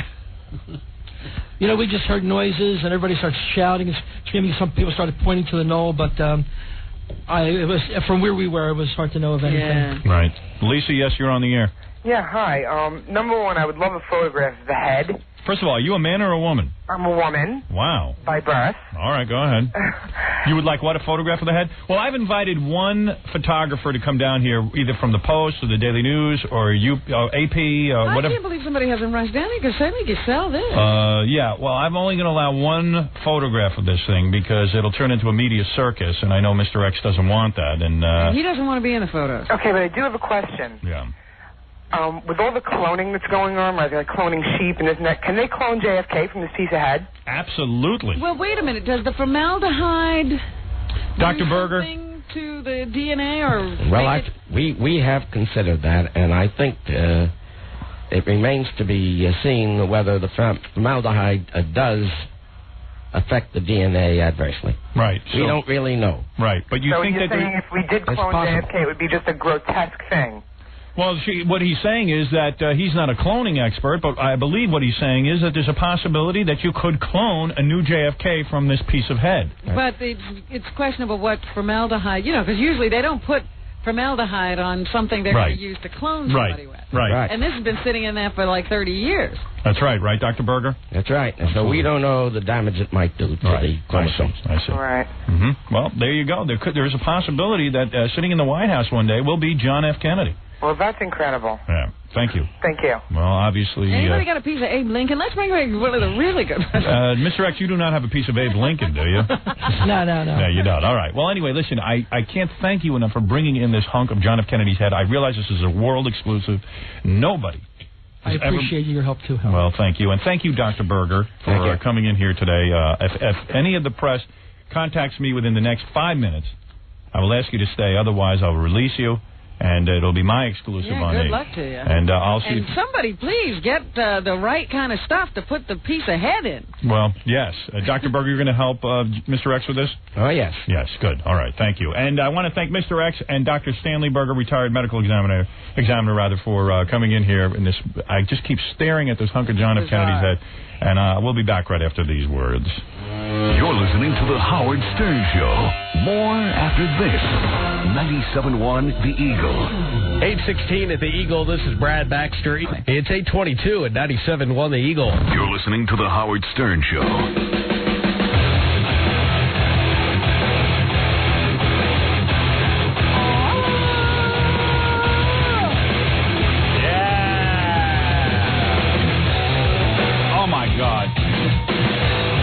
I got to play that song by the Squirrel Nut Zippers because it is the worst song I've ever heard. What? I was wondering if it was a joke. What? Okay. Yeah. You were wondering if it was a joke? Yeah, because I kept hearing it.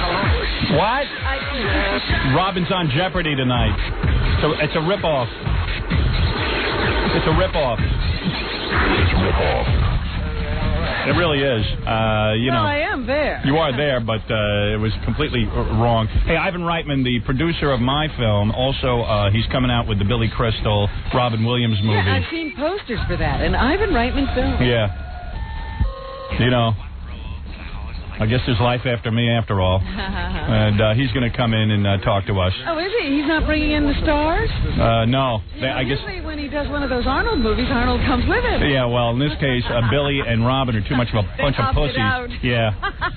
So Ivan's got to do it solo. Oh, dear. He's going to come in and say hello to us. But on our phone right this second, right before Ivan gets in here, is a man that I'm anxious to speak to in light of these Kennedy rape charges. Ah, who's this? This is Joe Piscopo, the noted comedian, star of Grease. Is he calling in as an expert? He's an expert in this because Joe, as you know, met his fiancée when she was 11. Well, she was 11? Yeah, how old were you when you first met her, Joe? Hey, guy, Howard, you always with a classy introduction. That's what I like. That's what I like. Joe used to be on Saturday Night Live. He's been in a lot of films, but more importantly, he can shed some light on... When you read about this Kennedy rape allegation that he was having an affair with his babysitter at 16 years old, you probably had a laugh because you started at 11, right? No, hey, Howard, where were you at the wedding? You didn't come at the wedding? Oh, you got married? You're married? Huh? Are you married? We got married April 4th. You didn't invite us. No, I got invited. Oh, you did? I sent a gift. Invite me. Did you get my gift yet? No.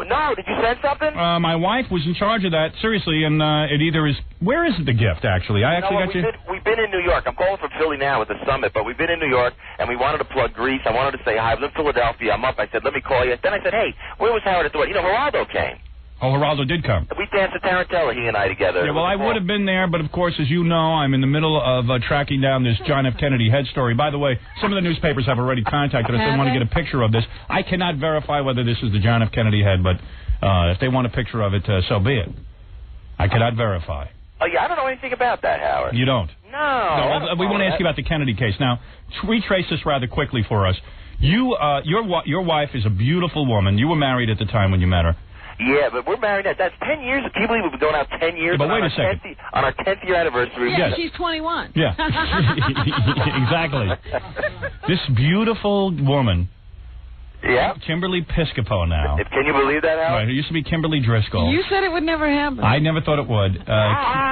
Kimberly is beautiful. I mean, Yes, if anyone she has ever seen my E-show or seen Joe in various pictures with his girlfriend, she is gorgeous and very beautiful. Joe, how did you know at 11 years old, when you first met her at 11 years old, that she was going to turn into such a beauty? Was she a gorgeous 11-year-old? I didn't then. I only knew at 18 when I saw her behind that ice cream No, parlor. at 16. No, it was 18. No, come on, history say no. You started dating her when she was 16, right? No, 18. Come on, tell the truth.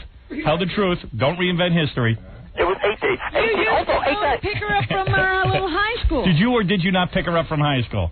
When it was 18, exactly. Oh, come on. And now I walked her down the aisle, and we had the most glorious... Let me ask you a question in light of the Kennedy situation. Did you laugh when you saw this story about the Kennedys? I have no idea. I've been hanging around with Colin Powell. Sorry, Howard, I didn't really get to see all that stuff. What are you doing with Colin Powell? That volunteer stuff? Yeah, that volunteer. You know what? We're down in Philadelphia. Isn't that a great place to pick up young chicks at the volunteer? We're down at the presidential summit now, and I'm actually with these. I'm about to go in now. To How did you know? How did you know they wouldn't lock you up when you? Kimberly's father was he at the wedding, by the way? You know what? We had an absolute blast. He was. Walked her down the aisle. It was the most beautiful thing, and we did it at the Basilica in Newark, New Jersey. And the family now likes you? We had a ball. It's like a love fest, Howard. You can't believe how nice it is. For how many years? And we miss you. And we wanted you to. Wait a second. For how many years would the family not talk to you? About 4 or 5. All right, 4 or 5 years. That's more like 10. But wait a minute, at the Basilica, so did you get an annulment of your marriage? Yeah, we did. Wow. We did. I tell you, it was so... You mean a church married you guys? Is that why you didn't go, Howard, because we went to a church? No, I just couldn't believe you found a church that would marry you after your history. So wait a second, Joe. Yeah.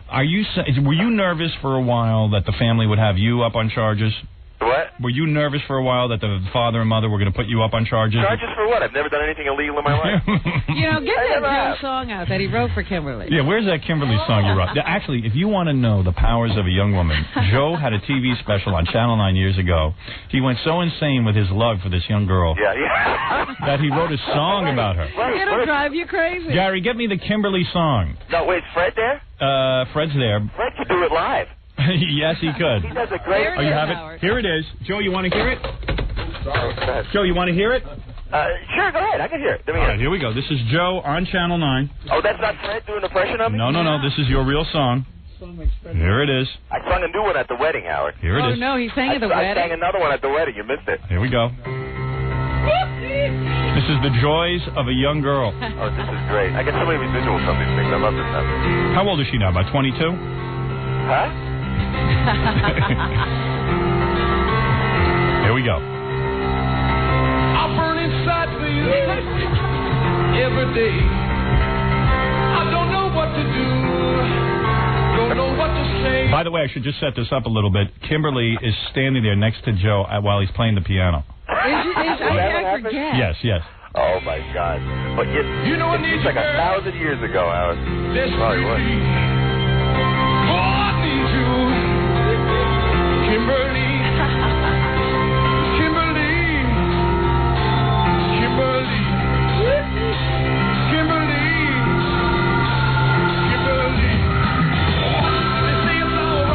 Hey, Howard, what do you think, huh? They say it's all wrong. That was what was wrong, Joe? The parents were saying it was all wrong, but right? He's saying there was nothing wrong. What was wrong, Joe? Why were they saying it was all wrong? Howard, I'm telling you, you should have seen the wedding was such a nice thing. Why in the song do you say they say it's all wrong? What was wrong? Howard, that's 10 years ago. All right, wait. Let's hear the rest of the song. Wait till he starts screaming. Wait.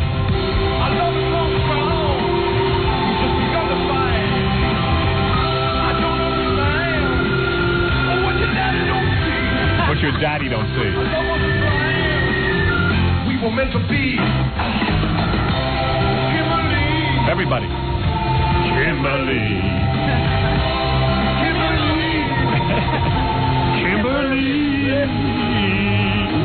Evil forces working here, girl, they're trying to pull us apart. Evil forces are trying to pull us apart. My love for you is screaming through it straight from my heart. Black chicks. Oh, why don't they just let it be? You're a woman, I'm a man. Can you take my hand? Cover me. You're a woman, I'm a man. She was barely a woman. He was. Cover me. He's 40 40 years old. You were a man.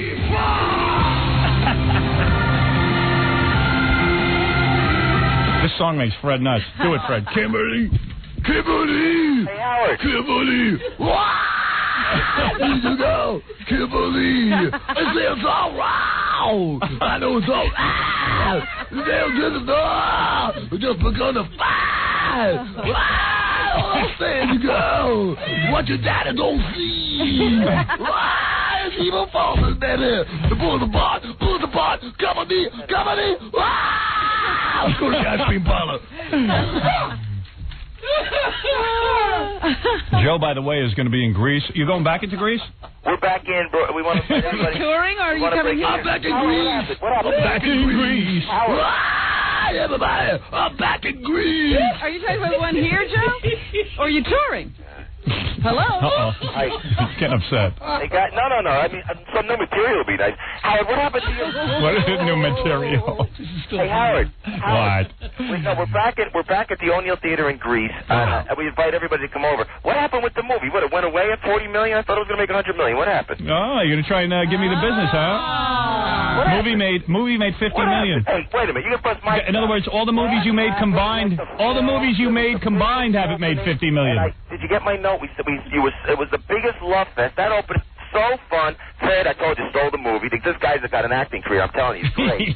Yeah, I thought he was fabulous. But what happened? What made $50 million. Huh? Made $50 million. How much did it cost to make? 20.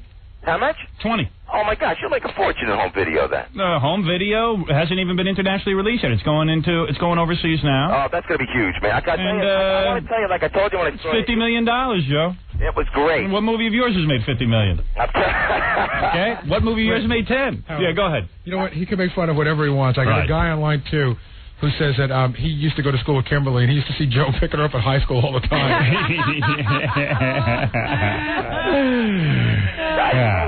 Hey guys, no, Well, Joe, you're right. It didn't make $100 million, which I would have liked, but it did make $50 million, which is probably about $40 million than I expected it to make. And more than all my films together, buddy. Exactly.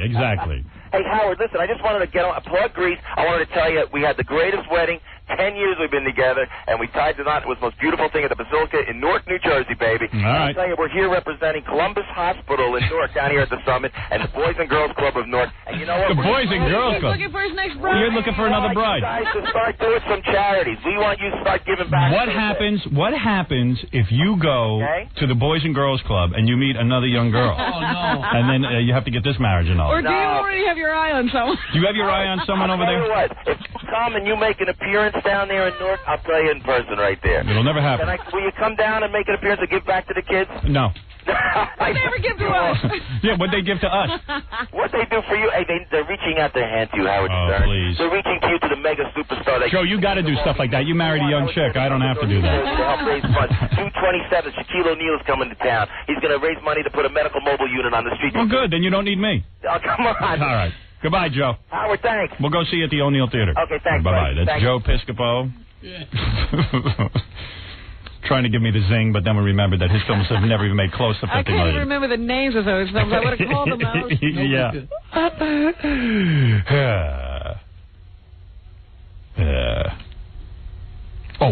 Ivan's here, but I've got to just tell you this. Ken is on the phone. He's a professional photographer who wants to take a picture of the brain and release it to the press. Who does Ken work for? Ken, who do you work for? Ken, this is Howard. You're on the air. Hey, how are you, Howard? Now, you say you want to take a picture of John F. Kennedy's brain? Yes, I do. You are a professional photographer? Yes, I am. And where have we seen your photographs? The Globe, Allure, Daily News Post. All right, I'll tell you what. Yes. Because you were the first one to call in, I'll let you be the exclusive photographer. How quick can you get down here? Because I can only hold these guys for about another 15 minutes. Oh, I'm screwed. I'm still in Queens. You're still in Queens? Yep, I'm on the LIE coming in. Can you be here in a half hour? Absolutely. All right, half hour. I will let you photograph if you get here first. I'm there. If you're not here first, I'm only allowing one photographer. Okay. All right, goodbye. Fair enough. Thanks. That's the way it's going to be. Now, our next guest. Let me put my shirt on. You know, we didn't ask Joe if he and Kimberly are going to have kids. How could you ask him anything? He kept talking over all my questions. Then he didn't hear him? Yeah, right. Now, because she's got to worry about him, and the babysitter. Yeah. By the way, there is a picture in the Inquirer. I am very insulted. I really am insulted. Are you? I'm not a good-looking man, but cute joke. they had a Howard Stern look-alike contest. Paid somebody $250. $250, and they have a guy who is supposed to look like me. Quite frankly, he's better looking than me. He's got a nice body. He does have a nice body, except for a big giant belly button. But the runner-up in the Howard Stern look-alike contest is a dog with a wig on. Literally a dog. What kind of dog is that, Robin? A dachshund? It looks like a dachshund, yes. Yeah. Come on, I never saw that before in the Inquirer. They never did that to anyone else. All right, here he is, Ivan Reitman, everybody. Ivan is the producer of the film Private Parts. He has a new movie coming out. He stopped by because... Up there he is. Look at him. Look at him. Look at him. Look at Ivan Reitman. Hi, Howard. Hey, Ivan. How you doing? Hi, Jack. Hi. Of course, Ivan, the producer of Private Parts, the movie, the man who brought me to the big screen. That's right. Figured out how to bring me. Mr. Private Parts himself. There he is. Ivan Reitman. Hello. Of course, Ivan, I thought you were going to stop making films after mine. Of course. And I thought the end of my career. I thought you had enough, you know. But Ivan, you know, I found out a fact about you that I had no idea about you. You're more like me than I really knew. What does that mean? Here's the fact that I found out about Ivan. Ivan, tell me if this is true or false. Ivan, early on in his career, was fined $300. Is this true? So far, so okay, good. and sentenced to 1 year's probation for his 1970 movie Columbus of Sex. That is correct. Whoa, what's Somebody that just all sent me about? that. What was that all Me about? and Danny, actually. Really? You're two producers. Yeah, I thought you were a real filmmaker. I didn't realize. Columbus of Sex? What was it? I didn't know you made a movie called Columbus of Sex. Well, it sounds like a porn film.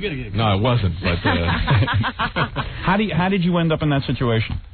we were in college. It was our last year of college. Right. And we wanted to make our first feature film. Danny and I had made our first short called Orientation, which was picked up by Fox. Right. And made, it was like the beginning of Animal House, actually. Right. Because before you made Animal House. That's right. So, right. Long before Animal House. This is still in college. And you had to get into the film business. You wanted to get into the film business, so we thought, there was this book, My Secret Life, this sort of Victorian novel that was anonymously written about this guy who had sort of a thousand different sex experiences. Right. So we got this guy, his name I think was John Hofstess. He was at the school. He was like a graduate student. He had a reputation of being like this underground filmmaker. Yeah. Really experimental films. This is like the late 60s, and we were going to make a really experimental movie. And what the hell was in Columbus of Sex that would get you probation? Fine. I mean, that's amazing. A lot of breasts. Really? Actually. And the soundtrack, which was this guy reading from the book, My Secret Life, which is very explicit. Right. So we had two different images of different girls that we found in Hamilton, Ontario, sort of topless. And sounds like my kind of film. And this reading from My Secret Life. And we showed it at school the first time it was finished. Right. And some kids were pissed off because they thought that we had used student funds to pay for it. Yeah. So they called the local obscenity squad. Wow. And we got busted at our very first screening. Wow. They came down, they stopped the screening, and... This was your student film kind of thing? Kind of my student film. I almost went to jail. Wow. You know, when we did student films at Boston University, they told us you're not allowed to have any breasts or nudity because I guess because Ivan ruined it for everyone. You are an outlaw, aren't you? Somewhat. Yes. Now, Ivan is here because, of course, if you love the movie Private Parts, you'll know how good he is. I mean, absolutely. And, of course, his other hits like, should I name some? Ghostbusters, Twins, all of them, Animal House, Dave Meatball Stripes, Kindergarten Cop, a lot of them. A lot of big hits. So now of course, Robin Williams and Billy Crystal won't come in here because both of those guys think I hate them. Yeah, did you talk to them about coming in? I didn't ask them about coming in. You were afraid. Right. You told me they thought you were extraordinarily talented and very funny. Oh, did they really? Yes. Oh, good. Well, why didn't you say, hey, guess what? I'm going over to see Howard today. Well, why don't you guys come in? Well, I'll see him later. Oh, will you? Yeah, he'll bring it up. Oh, yeah. Well, Robin Williams is not only mad at me, but scared of me. Why?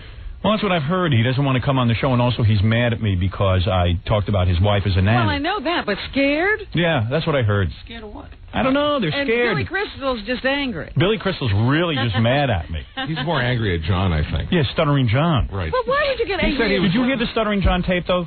Did you ever hear it? Seriously, did you ever hear what Stuttering John said to him? No. I want you to hear it. He told me. Wait. I want you to hear it. Please don't play it. No.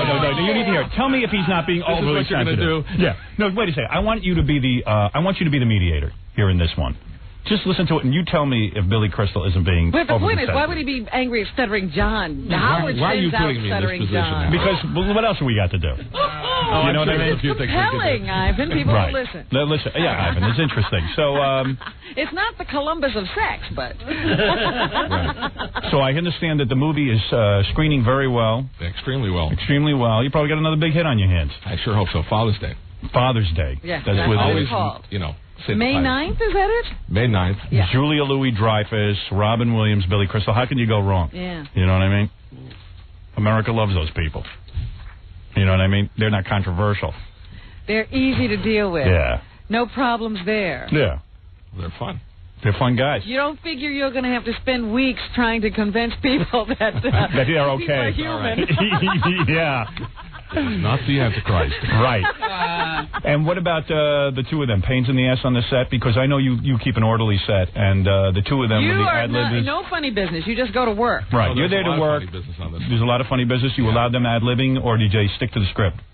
We start with the script, and then, I encourage a lot of improvising. Mm-hmm. And did you ever see a Julia Louis-Dreyfus nude during the shooting? Not even close. No. Not at all. Cute girl. Lovely girl. Lovely. And, but when I said no fooling around, no funny business, I didn't mean these guys weren't funny. I meant that Ivan doesn't go in for those star trips. Nobody's sitting in the dressing room waiting to come out and hold his introduction or anything. They were professional pros. Actually, a couple of times they got to the set before I did. They were annoyed at me because I was late. Right. Where is my tape of Stuttering John and Billy Crystal? Why do I call for things and then I don't have them? I got it. Oh, you do have it? I do When have it. were you going to tell anybody? Time. You said, do you have it? And All right. I said, I have it. Ivan, you listen to this and tell me what you think. Stuttering John with Billy Crystal. Hi, Billy. Brief question, please. I'll see you in a little while. How are you? Good. Big fan. Who are you? Paul. How's it going? From where? From XRK. Are you glad that you're the only guy who can handle the Oscars? I'm not the only guy who can handle the Oscars. Well, David didn't do as good job as you did. David did great. I love what David did on the show. He was terrific. Okay, will there be a Mr. Saturday Night too? Yes, there will. Oh, yeah? Mm-hmm. Okay, how many years were you married before you cheated on your wife? So you can take this to Howard, right? And you can shove this right up Howard's stupid ass, okay? Well, you don't like Howard anymore, Bill? No, because Howard dumps on me all the time, and, it's not fun when you have a thing like this, okay? And now you'll do this on a show, and you'll all laugh and have a good time, but it's not fun, Well, Billy, we're all big fans of yours. Yeah, right. No, really, I'm a big fan of yours. Good. Then you don't come in and sell still.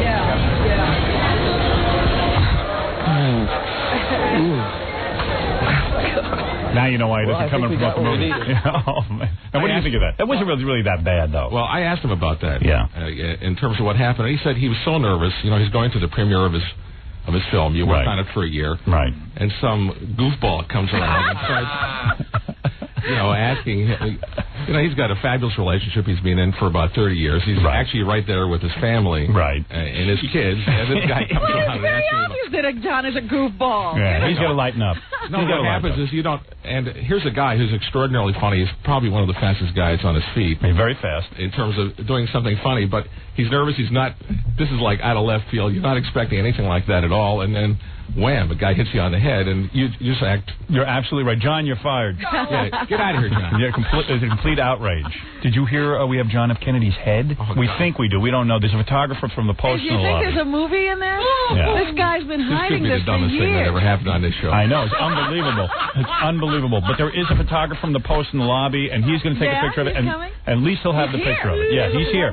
Yeah, after Ivan, we'll have the photographer come in and let him take a couple of pictures. You always surround me with such class. Yeah, I know. Yeah, there's always wild things going on. And what are you talking about your next picture yet? Sure. Because I'm curious about what you're feeling. Robin and I had an argument this morning. So Ivan, of course, his next picture after the Robin Williams Billy Crystal one, which is opening on Father's Day. On Father's Day. On May 9th. No, Mother's Day, actually. Mother's Day. Yeah. It's his next picture is Harrison Ford and Ellen's girlfriend, Anne Haight. Annie Haight. Yeah, Annie Haight. No longer just an actress. Yeah, right. Now, would you audition? Did you audition her? Yes, she read with Harrison Ford. Was fabulous. Wow. And did she say Beautiful woman. that she was a lesbian? No, it didn't come up. You don't say, oh, by the way, are you? But Ivan, let me answer this honestly. Are you happy that she is now an out-of-the-closet lesbian, does that affect the outcome of the movie? Do people buy into it? You see, it doesn't bother me. In fact, it almost makes me more excited now to go see the movie. Well, you can look at it two ways. First of all, now you have 2 stars with name recognition. Instead of just Harrison Ford and some girl, you got Harrison Ford and Anne H. Yeah, but for a guy in Kansas, will they be angry that she's a lesbian and say, hey, therefore she could not really be in love with Harrison Ford? Does it ruin the movie? Or does it become the lesbian film? Right. I don't know. I don't know. I really don't know. I think, look, when I cast her because she was relatively unknown, and I like that. Right. But most importantly, you know, she's a terrific actress. She was really funny. It was very sexy between her and Harrison. I mean, she was by far the best person we read, and that's why she was hired. Right. So you will go ahead with that? You will not fire her from the picture? I'm not going to fire her. I think you should. Well, you hired her under false pretenses. Right.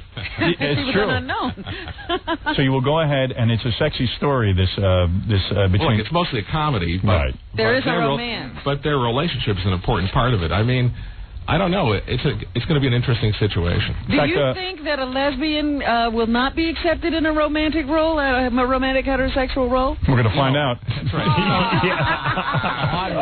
It really depends on what's in the audience's head when they see it. I mean, if basically it turns into a big joke, not the same joke that I mean on the screen, but then it's a problem. Then it's obviously going to be a problem. Did you see the New York Post today, the pictures of them with the President of the United States all over each other and making out in the bathroom at honest to God. Oh, you got to see this. Wait a second, I got to show you this. Because I'm thinking that, poor Ivan is now making the film with Harrison Ford and the lesbian. Yeah, right. Ivan, we might have to think this through. I'll fire her. Don't worry about it. You don't have to get your hands dirty. By the way, we have tape of the audition of Anne and Harrison Ford together. Here it is. Actually, as a casting director. Is this the casting director? Go ahead. Let me hear that. Wait, here it is. Here we go. Why were you kissing that woman? We're kissing goodbye. Like hell you were. You were kissing her like a man. Don't insult my intelligence. Beautiful. All right, I did kiss her. Is that all you can say about it? I don't know. Well, what more do you want me to say, Mother? You've obviously made your mind up about the whole thing anyway. You wouldn't do such a thing. I can't believe it. Look, don't treat me like a child.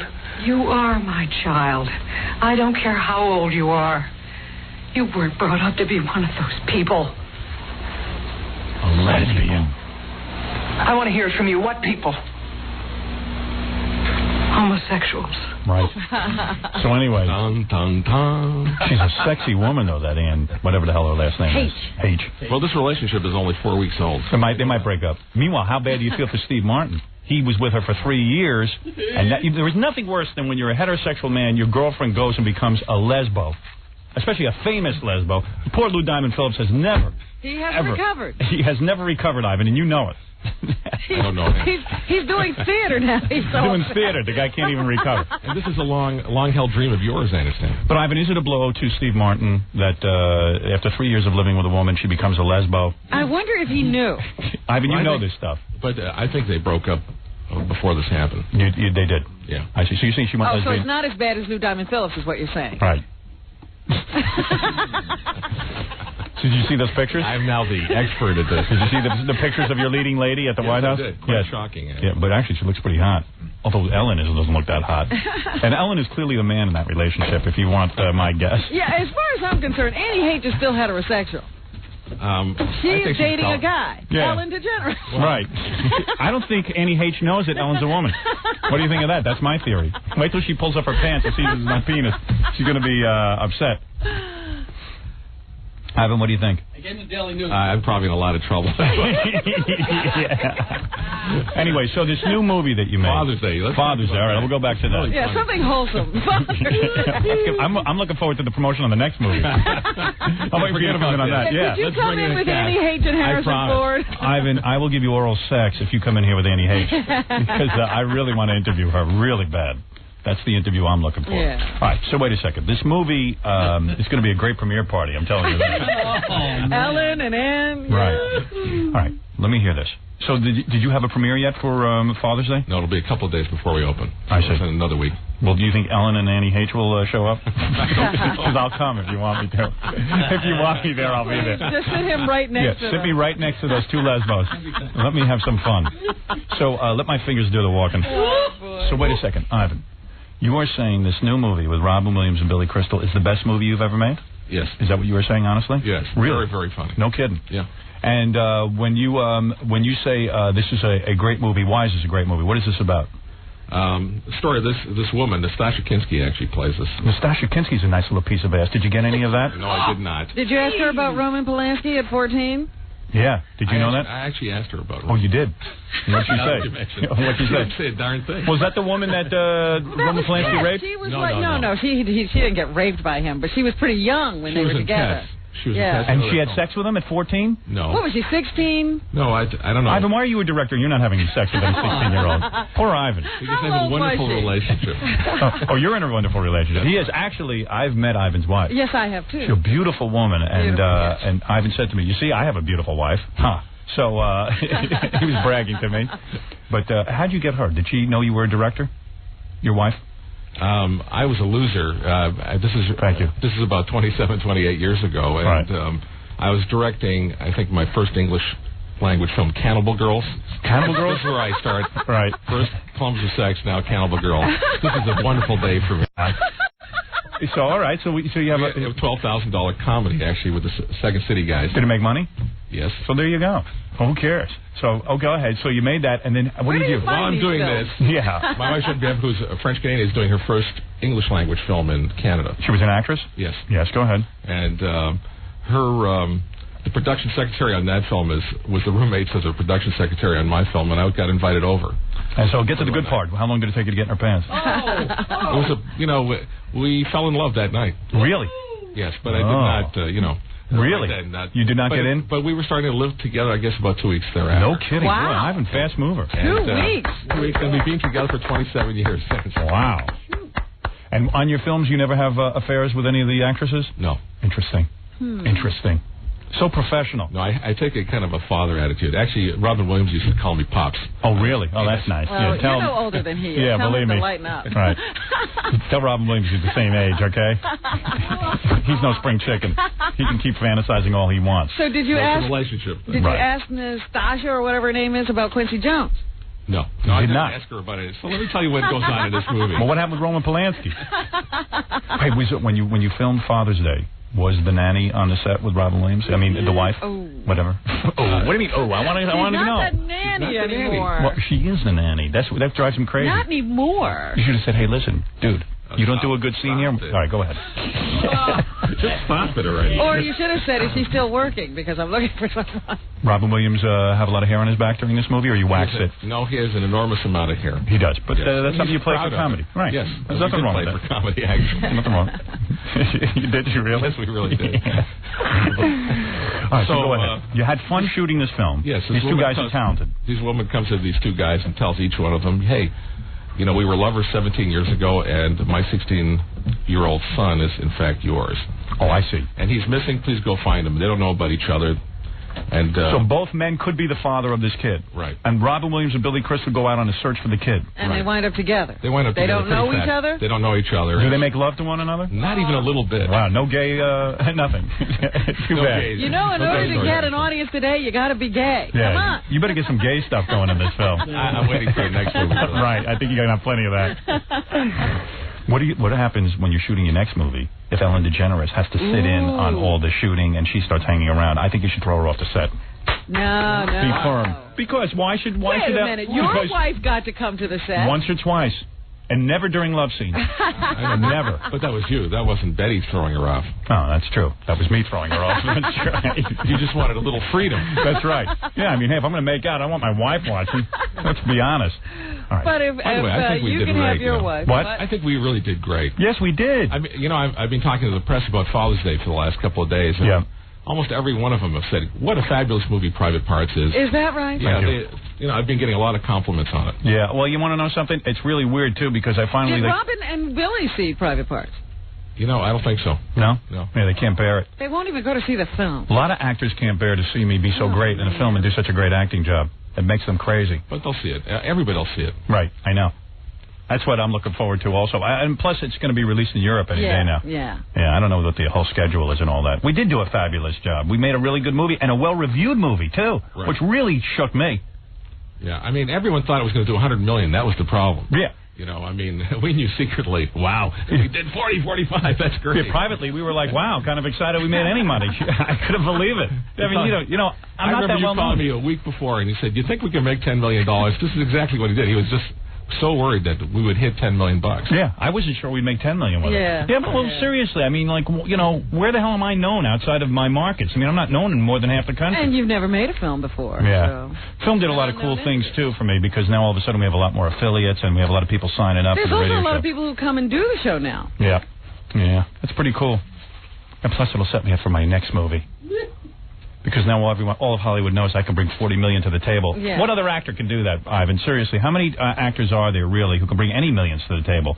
I mean, seriously. Robin Williams. Yeah, Robin Williams and Billy Crystal. That's about it. Robin Williams, Billy Crystal, Arnold Schwarzenegger. Well, that's why you only work with the big ones. That's right. You're smart. You're in a very elite league. Thank you. I like that. And then there is the Jim Carrey venue Stratosphere. up there. Yeah, up there. Yeah, which is way above everybody else. Yeah, it's unbelievable. Liar Liar has made $143 million. Oh, really? Yeah. Yeah, that's a lot of money. There's no two ways about it. That's a lot of cash. 143. Yeah, I'll say. So, okay.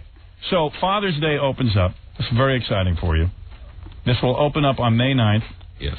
Obviously, a big cast. Billy Crystal, Robin Williams. If Ivan says it's funny, it's funny. It definitely is. He's a funny man. I promise you it's funny. Yeah, it's funny, and everyone should go see it. What's today's date? Today is still April. It's April. We're April 28th. So what are we doing? 11 days. Oh, we have 11 days. Oh, I see. Do you want me to call in and plug it again? Yeah, that's what you ought to do. Seriously. No, send Robin and Billy the day of the opening. All right, now here's the deal.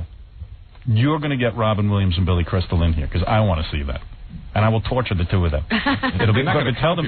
No. Tell them I'm going to be a great guy. Yeah. Tell them that I'll behave myself. They'll never hear this. I won't. Yeah. They don't know this. They sleep late. They won't know. Are they being cooperative? Are they out there promoting the film? Oh yeah. They understand that we can bring $40 million to the table, so they should get their ass in here. We have a huge audience. Right. And then when they get in here, I'll start talking about his wife as the nanny. Oh. And we'll play the Just Stuttering John thing for Billy. And I'll ask Billy if there's going to be a Saturday Night 2, Mr. Saturday Night 2. You know what I mean? It'll be great. But who cares? They'll already be here. So that's your job, all right? All right, here he is, the greatest director of our time. Yes. His films combined have made more than $80 billion. Ivan Reitman. Excuse me, $80 billion and $40 million. How much is that, Robin? $80 billion and $40 million. Yeah, right. Add that up. All combined. He's the great director of, Ghostbusters and Twins. And Twins is maybe my favorite movie of all time. It's just a great comedy. Dave and Animal House, another great film. So, here it is, the newest film from Ivan, which is Robin Williams and Billy Crystal in Father's Day with Julia Louis-Dreyfus, and that opens May 9th. Everybody go see it. Ivan, always good to see you. So much fun. You are my hero. You brought private parts to the big screen and actually did a great job. Thank you. They said it couldn't be done. Fun. And someday a piece of your head will be valuable, just the way John F. Kennedy is. When we come back, let's hope not for a long time. When we come back, there's a New York Post photographer here who wants to photograph John F. Kennedy's head. I will allow 3 pictures of John F. Kennedy's head, and that is it. We're going to have to look at that thing again? Yes, we are. We're going to bring it to Ivan if you want to see it. I'm going to leave. You're going to leave, really? You should see it. It's unbelievable. Were you a fan of John F. Kennedy's? Yes. Did you vote for him? I was. Oh, that's right. You're not even from this country, are you? That's right. Very young. You're very if you voted for him, it was illegal. Right. But I was a fan of John F. Kennedy's, and to be in the room with his head, Ivan, is to just think of what went through that brain. Yeah. I mean, I don't know if it's really his brain, but you know what? Who cares? But it makes a good show. It sure does. All right. The great Ivan Reitman, Father's Day, May 9th. Go see it. Billy Crystal and Robin Williams, the first time on the screen together. Together? Yes. First time anybody thought to put them together, which is interesting. Aside from that comedy thing they do, comic relief or something. No, forget that. We don't care about that. Care about the movie Father's Day. We'll be back right after these words. Thanks, Ivan. Thank you. Back with the Howard Stern Show. Don't go away. 97.1, The Eagle. We're back with the Howard Stern Show. Robin, there is a photographer here from the New York Post.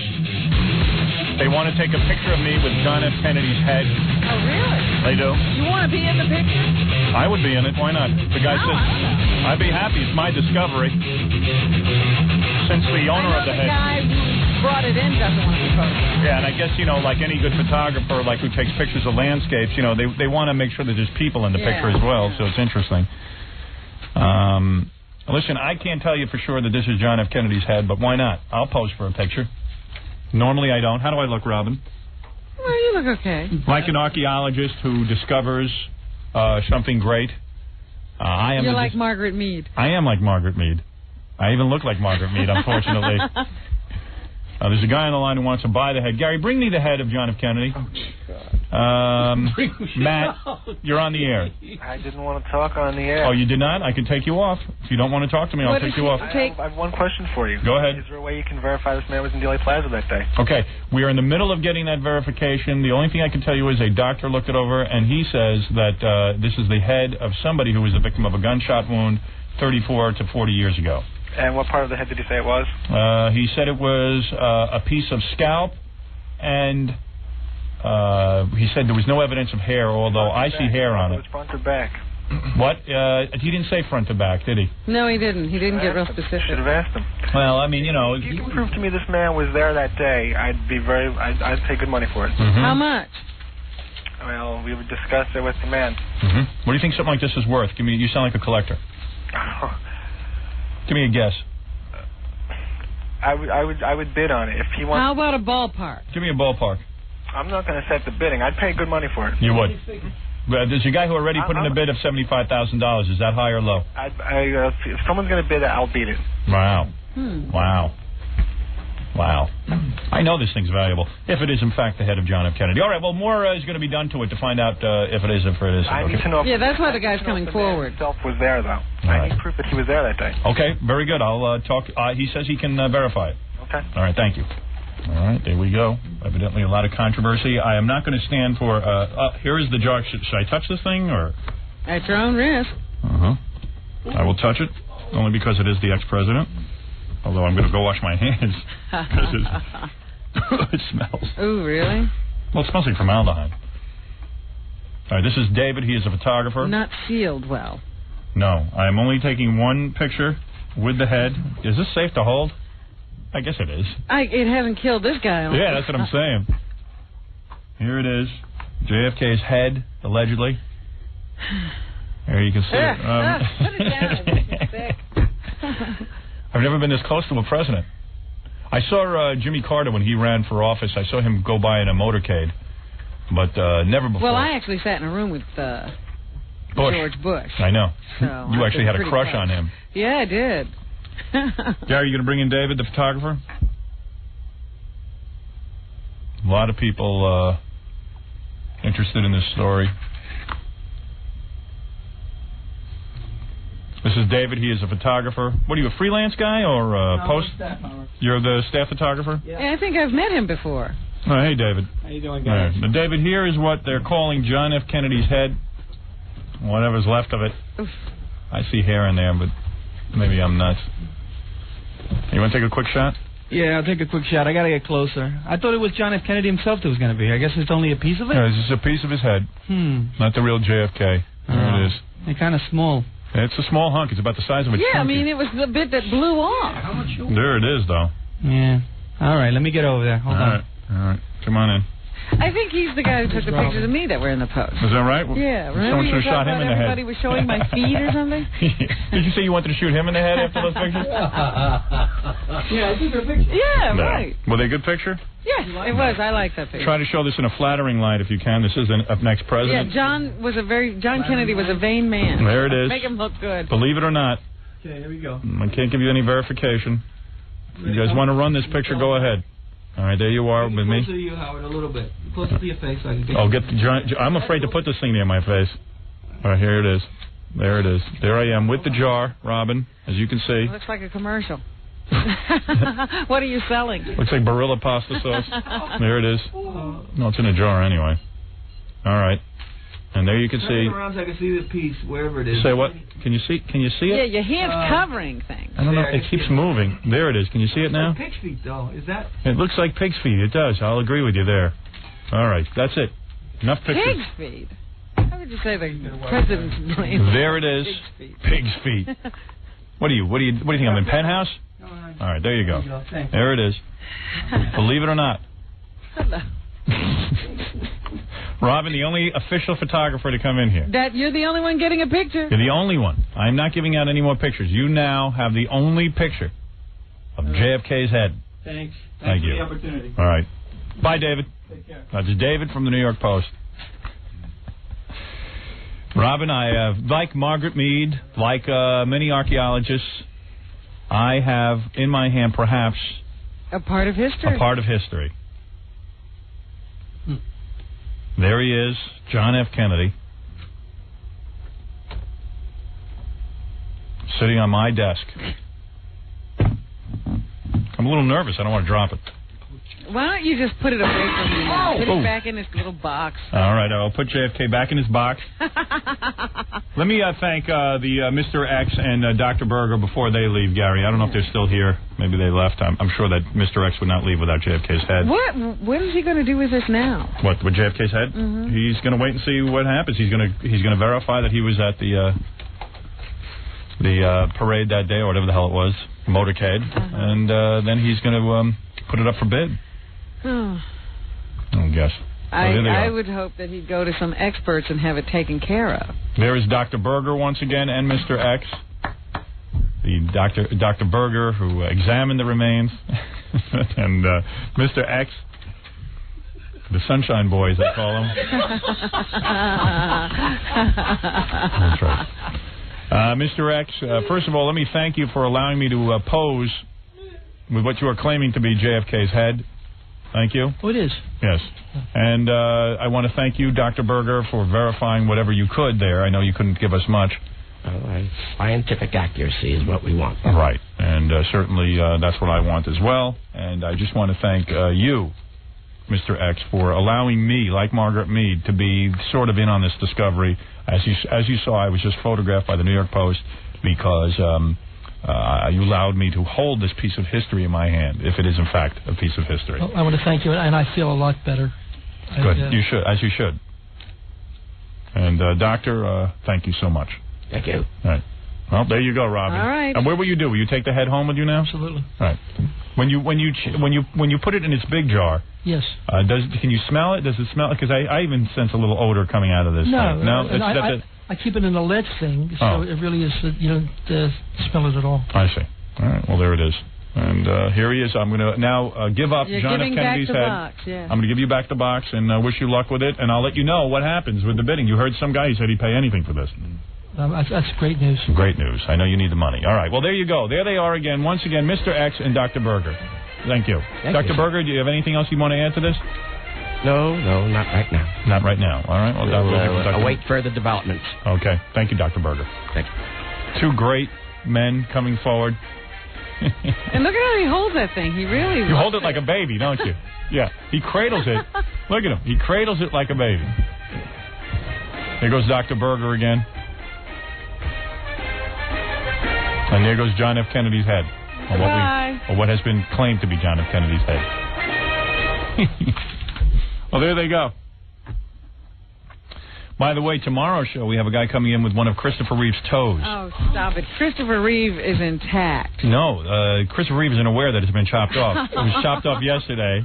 He has no clue. He has, I think, the big toe. Can we verify it? I don't know. Oh, you're so crazy. There it is, Robin. If only. So, anyway... I'm sick. So am I. I know I'm sick. Robin, as a matter of fact, speaking of Christopher Reeve, I have and I'm going to be reading the rest of this to you tomorrow, but I have a rather extensive list of men with big genitalia. And Christopher Reeve is on it? As a matter of fact, the story goes, and this is true, the story goes that when they were shooting Superman, the first Superman, Christopher Reeve's schlong was so big that, I swear, I'm going to read this to you. It's from a book of like... it's a big penis book. They had listen to this. In one scene, they were shooting, you know how they shoot scenes over and over again. It was so apparent that he was big, that he was like, you know, he had it to one side to the left. And then, I guess he adjusted, and it went to the right. So you would see in the same threw scene. off the thing? It would actually, I swear, I just read this. And it says that they had to put a cup on him because really, you could see the outline of his penis, that it was so big. Huh. That's what it says, according to this. You remember we got that article on penis size some guy had written up? Right, yeah. Yeah. And he was in there. Yeah, I was reading it this weekend. Here it is. I'll read the whole thing. Well-endowed celebrities is a chapter in this book. God only knows what book this is. I can find out the name. It's called Penis Enlargement Methods, Fact and Fallacy. And fallacy being spelled P-H-A-L-L-U-S. Of course, a little play on words there. Here's some of the guys who are known to have big Donkey Kongs. Ed Begley Jr. Oh. Several sources have written confirming that Begley is indeed one of the hugest in Hollywood. You know, we could ask Amy Lynn. Sure. She slept with him. Benson. No. Yes, who starred in One-on-One, Ode to Billy Joel. He was the voiceover in Beauty and the Beast. Reported by British gossip journalist Paul Donnelly to sport a Donkey Kong of 9 inches, 23 centimeters. Here's the, I'll go through a couple of others that might interest you. Michael Caine. No, come on. I never heard this. Charlie Chaplin. Whoever coined the moniker, the little tramp, never saw Chaplin in the locker room. Oh. He went through scores of stars and starlets and teenage nymphs, including leading ladies. And they all verify. What it was, a comedian over dinner asked him, in fact, are you hung like a horse? And he boasted that he was 12 inches, the eighth wonder of the world. Every bio written about Chaplin reveals him to be a guy who had a passion for teenage girls. Yes. And this is one case where size was equal to appetite, according to this article. Sean Connery, the one you find sexy, once voted the most sexy man in the world. Yes. Has now allegedly, you got my attention. He has actually bedded some of the planet's most beautiful women. Some of these women report that Connery is both a wonderful lover and splendidly hung. Before making it big in movies, he posed nude for art classes. One of the students remarked that the young Sean was magnificent in the nude and certainly lacked nothing down there. In fact, he was the biggest he'd ever seen. Hey now. It made me drop my charcoal pencil, was the quote. Wow. Harrison Ford, who Ivan Reitman was just talking about. Now, I have heard this from someone who slept with Harrison Yes, Ford. they say he is tremendously hung. Tremendously hung. Yes, I heard that he was hard to accommodate. Right. Rock Hudson was evidently hard to accommodate. Well. Very big. Those weren't women reporting on that. Don Johnson. Long Don Johnson. Really? That's right. Long Don Johnson. Melanie had to go back for seconds. That's right. They say that you could see why Melanie Griffith married him twice. A nude photo snapped of Johnson in his early 20s shows a beer can. Wow. Beer can. Uncut. Not circumcised. Really? That's right. A beer can. Imagine being that good looking with a beer can. Durward Kirby, remember him from... Candid Camera? Huge. Unusually long. Why? Lorenzo Lamas. Oh, now there's a piece of news. Everyone says he's definitely 8+. Michael Landon. Bonanza, Little House on the Prairie, Little Joe, you know. Everybody thought Haas was the big brother. No. Now, here it says David Letterman. No. An impressive 9 inches. Where did they get this information? I don't know. Gary has seen David Letterman and said he didn't see anything unusual. But who would tell on David? Steve Martin has no reason to be modest in the locker room. He sports in 20 centimeters. That's about 8 inches. I've always guessed that about him. Really? Yeah. Dean Martin was big, the Italian stallion. Once described by a high-class call girl as very, very generous and a terrific lover. And I described him as a long Italian sausage. Who else can I tell you? Groucho Marx was big. 9 inches. No. Yep. Sometimes those little guys, you never know. Eddie Murphy, 9 inches. Hey now. Really? That's right. Jim Neighbors, 9 to 10 inches. Oh, why? Golly. Liam Neeson is big. Now, I've heard that about Liam Neeson, too. Christopher Reeve. Now, here it is. In the book Film Flubs, Memorable Movie Mistakes, author Bill Gibbons states that during the filming of Superman in England, film censors noticed Christopher Reeve's bigness hanging on one side of his costume and then mysteriously shifting to the opposite side in subsequent scenes. His huge endowment was so distracting that Reeve was finally fitted with a swimmer's cup to conceal the obvious bulge. Christopher Reeve. There it is. Shadoe Stevens, huge. 8 inches. Stevens. 8 inches. Flaccid. Whoa. Oh. They say that, believe it or not, he was wearing white trousers in some movie or something that he was in, a low-budget movie, and they couldn't believe what they saw. He hung halfway to his knee. Oh. Wayne Rogers of MASH, big. Really? Big. James Wood, huge. Always heard that. Yep. Huge. Lyndon Baines Johnson, huge. No. LBJ. And Lady Bird had to... Lady Bird always had that look like she was in pain. Now you know why. There is some tape. That is Linda Bird Johnson. Lady Bird. I'm sorry, no, Linda Bird. No, Lady Bird. David Cassidy is huge. Levon Helm is huge. Jim Kerr of the band Simple Minds, not the disc jockey. Tom Jones is huge. We've heard that. Yeah. Let's see. They even say on a recent Howard Stern TV show, Tom Jones was featured as a guest. Tom volunteered that he was uncut and very large. He said when he was at the gym, he added that many men admired his equipment. He also mentioned that once Milton Berle decided to show him what he had, and Jones was very impressed. Oh. Huey Lewis is big. Frank Sinatra is big. Frank Sinatra is 9.5 inches. Really? That's right. Jim Brown, athletes, Joe Pepitone and Will Chamberlain, very big. Very big. Dick Cavett is big. No. That's right. Oh, my. Hey, now. Dick Cavett, here's what Janis Joplin had to say about the glib talk show host. You'd never guess it, but Cavett has a much bigger, Johnson, and is a better is a better lay than Joe Namath. She slept with... That's what it says. Dick Cavett never told us he slept with Janis Joplin. Well, now you know why he's depressed. She was a pig. It wasn't the house burning down. Right.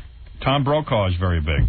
Tom Brokaw? Very impressive, 8 inches. Who would know about him? Here's an author, another reader writes in to say, last summer I personally observed Tom Brokaw urinating in the men's room at Omaha, Nebraska airport, and proudly displayed, partially aroused, 8 inches, partially aroused. Now, who's, these are guesstimates. Can I tell you?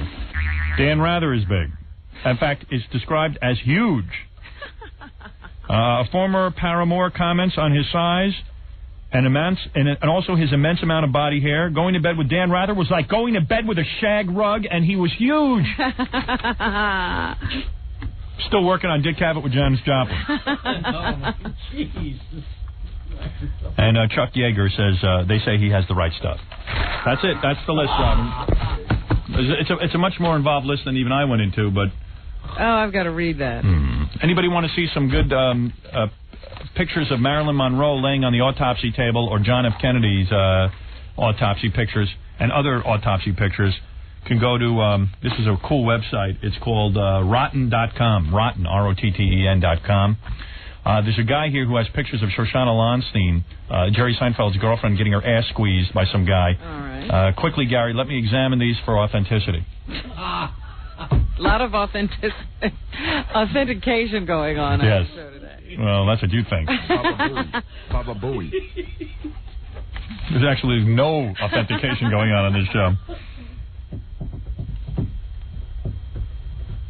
Let me look at these quickly, Robin. I'll tell you if, in fact, this is Jerry Seinfeld's ex-girlfriend getting her ass squeezed. Here he is. Hello. His name is Chris.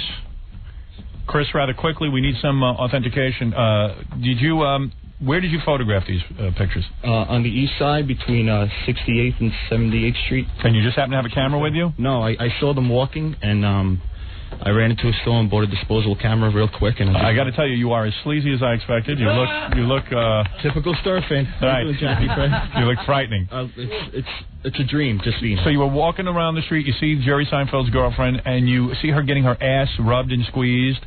And this went on so long you could actually stop to buy a camera and still catch it. Yes. Wow. I walked up and down the whole fair twice with them. Let me see those pictures quickly for verification purposes only. Not that I wanted to see a nice ass getting squeezed. This guy's shaking. He's shaking? Yeah, he is. Well, he's in the presence of... Greatness. Greatness. Exactly. Well, certainly he is not a great-looking guy. Robin, you're beautiful. Oh, thank you. Thank you. Thank you. Well, there's this, I don't see any ass being squeezed. I see making out. Keep looking. There you go. There was making out, too? Making out, and there, in fact, is her ass being palmed. Hey, now. There's the key picture. And these were taken just yesterday? Yes. Yeah. Wow. I got them developed real quick, a 1 hour photo, went to Kinko's last night, got them blown up. Robin, just for authentication purposes, I will hand these over to my expert, Jackie, the Joke Man Martin. Take a look at those. Are you going to try and sell those to the press? Yeah, I want. I'm sorry? It's definitely Shoshana? Yeah. I was questioning at first because I really haven't seen it too often. In fact, I just said, wow, that's a hot girl. I'm going to follow around, see if the guy leaves her for a second. And then people just started pointing at her. And I then it's when I recognized her and I grabbed the camera. Yeah. Well, you look like a good-looking guy. You look like you could get her. Yeah. You don't look any worse. He ain't no fake, but we like each other very much. I have to verify that is a full palm. That is a palm right on that ass. All for you, Howard. Yeah, nice ass, too. Thank you. I don't think she's so good-looking. Am I crazy? I don't think she's that good-looking. Well, she's not a a raving beauty, but she's a cute girl. Not bad. I mean, Jerry could do better. This guy certainly some Obviously, don't. Yeah. Nice barrage. So what are you going to do? You going to contact the Globe or the Inquirer? I was hoping you can give me some advice, or maybe since you're bidding on the head, JFK's head, they could call in and bid on these pictures. I could show them. I'm in a little debt, Howard. Is that right? And I was hoping maybe this seems to be. Yeah, I know. How much debt are you in? 20. Over 30,000. How does a guy like you get into that kind of condition? The 20s. The 20s killed me. I'm 31 now, and just credit cards and. I was talking about this yesterday with someone. I said people have credit cards in this country, and they assume they're rich, and they go out and they live way above their means. Well, they get these credit cards in college. Yeah, that's a big mistake. And they give it to you real quick. Yeah. They don't care. They'll give you $10,000 credit. So they don't care. You're supposed to have enough brains to know you don't have $10,000 to pay. You know what I mean? You're supposed to know they don't care. I figured I was going to hit a pig once, with my job. And what did you spend it on? Clothes and vacations, really? Christmas presents galore, like 5-6 years. You're just kidding. Charging everything. Well, at least you were generous. Where are those people now? I'll never my understand. family. I love my family. I never understand how people get themselves in those situations. It's crazy. It's just crazy. They just figure something's going to come along soon, and I'll just pay off the credit cards in one big shot. My advice to you is take those pictures, put them in formaldehyde so they don't get destroyed. That's what I've learned today on today's show. All right, listen. Wow, I want this you is to. The new boyfriend, huh? That's the new boyfriend, Robin. Same as the old boyfriend. Is there any way I can get in contact with Mike Walker? Well, if any of those guys want these pictures, I'll say that they should call us here at the station, and we'll put them in touch with you, okay? I appreciate that. Definitely her. Yeah, and I'll tell you one thing. You have no future as a photographer. They're good pictures, Howard. You got the hiccups or they- something? There's some blurry. No, they were blown up. Portable camera. They're not the original pictures, Jackie. They were blown up so I could really... The originals are clear, obviously. Exactly. Yeah. No, they're good enough. They're as good quality as what they run in the Globe. Oh, yeah. Yeah. Definitely. All right, so there he is. That's Chris. And if anybody wants the pictures of Shoshana palming her, getting her ass palmed, quickly contact everybody Chris. trying to drive Jerry crazy, taking all these pictures of Shoshana? Yeah. A quick plug for my my deli, Powwow Sub and Grill in West New York. All right. 54th and Park Avenue. And Jackie at Club Benet in May. All right, thank you. Thank you, Howard. Thank you very much. There goes Chris. And we got to take a break, Rob. When we come back, we'll do the news for you. All right. You're listening to The Howard Stern Show. Stay right there. 97.1, The Eagle. This is the Howard. Could we have the name, please? The Howard Stern Show.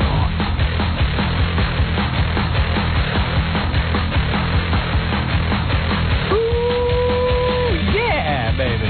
Yeah, come on.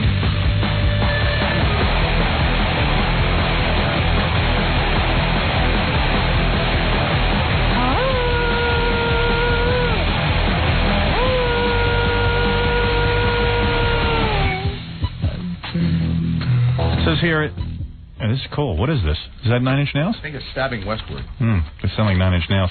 John Benet Ramsey's tormented mom, Patsy, is suicidal as investigators prepare her jail cell. Patsy is racked by guilt and tortured by dreams of murder. She's been abandoned by most of her friends, is on heavy medication, and is now facing an agonizing choice. But how do you know these things? I don't know how they know this.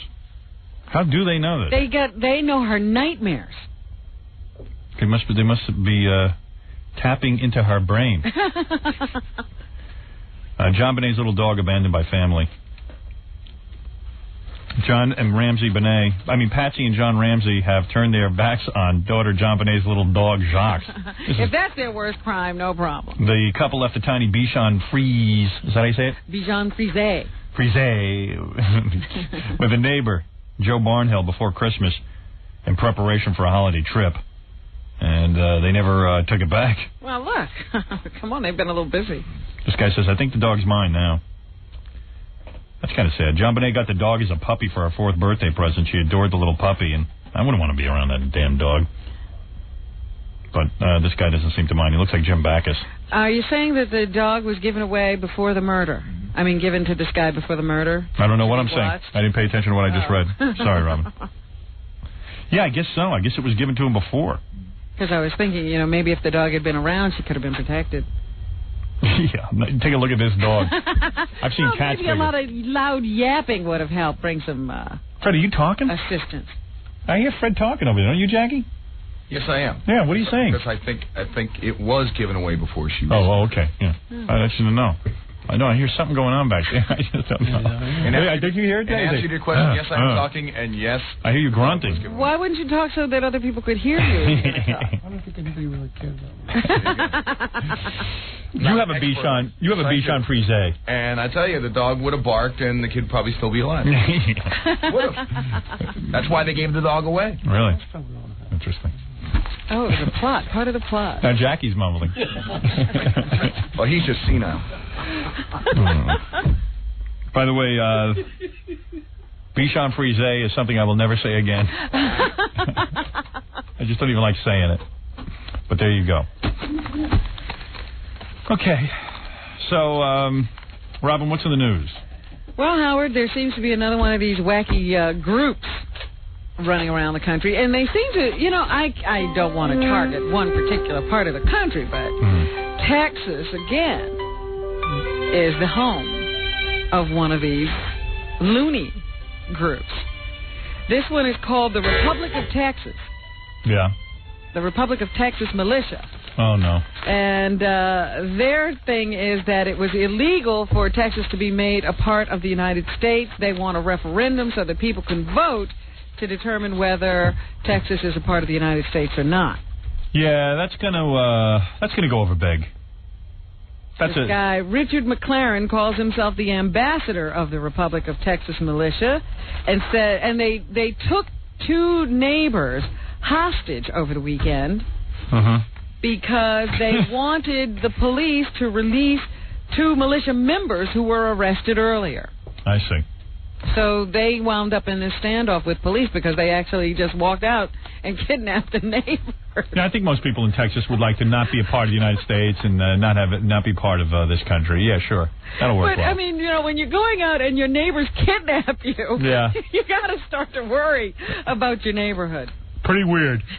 The group first became known 2 years ago when members demanded the resignation of Governor George W. Bush and the removal of federal offices from the state, which they say was illegally annexed to the United States in 1845. The standoff began at noon yesterday when Republic members seized Joe Rowe, a neighbor who has feuded with the group, and Rowe's wife at the couple's home. I hear you. Members of the militia said they would trade the Rows for the Republic's chief of security and a woman who recently was arrested on contempt of court charges, also a member of the group. During a midday skirmish with police, Rowe was injured. In telephone calls, Republic members said they were respecting the Rows' rights as prisoners under international law. So they got a whole thing going, like they've read the Geneva Convention and they're adhering to that and all that stuff. Eventually these people were released. But, they're still, sort of in their little home there. And a federal, I guess Texas officials are sort of standing outside and will continue to negotiate with these people. What do you do with idiots like this? What do you do with them? You know what I mean? What do you do with them? Well, this is what the government winds up getting involved in, and it's a no-win situation. Yeah.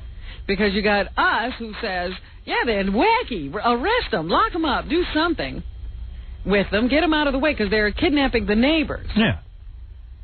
And then there's these militia guys who run around every time you do something like this who get more and more upset and start kidnapping more people or blowing up buildings. We got to start killing a lot of people. I mean, that's the answer. It's just an amazing thing. Well, they're out there, and there are people who will follow them. What can I say? It's wacky. A whole group, the Texas Republic Militia. How many people are in that group? I mean, honestly, in that group. Oh, I 3? don't know. 4? Not a lot, Yeah, probably. That's what I figured. They got a letterhead. They got a computer. But, you know, they all have wacky titles like the ambassador and the head of security. And Right. that sort of thing. Mm-hmm. More bad press for Mark Furman. The former Los Angeles police detective reportedly was the head of an anti-female police group back in the 1980s.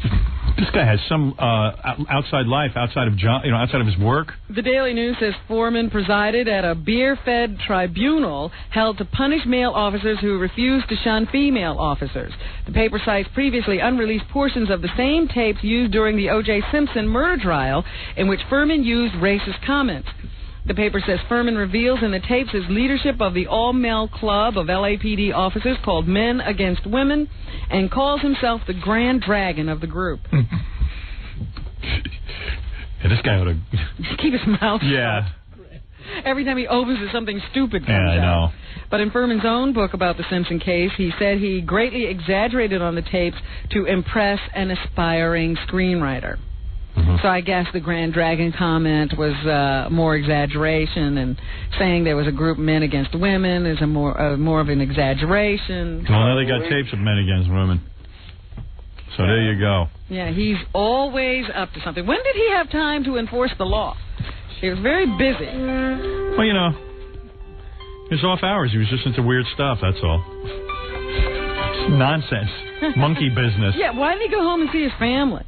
That would have been a nice thing to do. He's a little too busy for that with his various groups and screenplays. What else is in the news? Oh, dear. Imagine how much he hates black women, you know? If he hates women and he hates blacks, he must really hate black women. Yeah, they're really bad. Yeah. Of course, we've talked about this earlier. There's another Kennedy scandal having to do with women. This time, it's a teenager who they are now saying had an affair with Michael Kennedy, who is 39.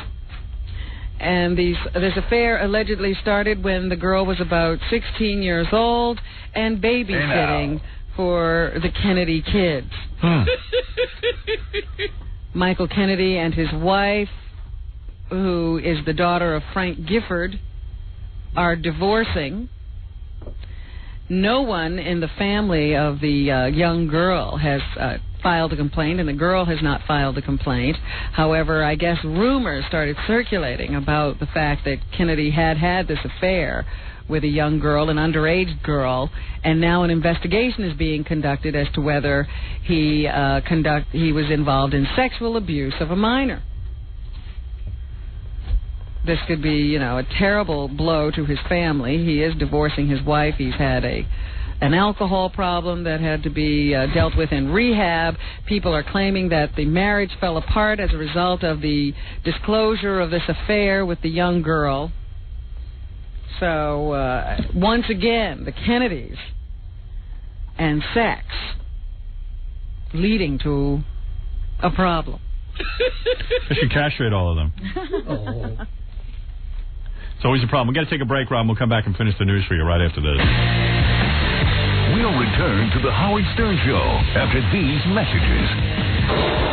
Eagle, you're listening. You're listening to strange, sick-thinking people. The Howard Stern Show. All right. Now that it's at the end of the show, I'll reveal the following. You have some news for me? Here's some big news. The Kennedy head, the chunk of Kennedy's head, was a big fat hoax. I wanted to see. I never have pulled off a hoax before. I wanted to see if reporters would come down and cover it. Penny Crone was ready to come down. The Post was here. We had several reporters calling us trying to get in the door. Oh, we should have revealed it to Penny. Now I'm thinking. Yeah. Shucks. Should have done it that way. It would have been better. Oh, man. I didn't think of it. But we wanted to try it just once. So I hired 2 actors to come in, and, of course, they were good. They were really good. 2 guys who were really good. And, anyway, the Post can still run the picture of Kennedy's head, but but if it's they not want to. Kennedy's head. But What it's is not it, Kennedy's actually? head. Is it? It's actually a pig's brain in a jar. Is that right? Yeah. Yeah, I never did anything like that. I wanted to try it, see if I could do it. It's too hard to do it on April Fools. I've done a couple on April Fools, but Right, everybody would have guessed. Yeah, it would have been good.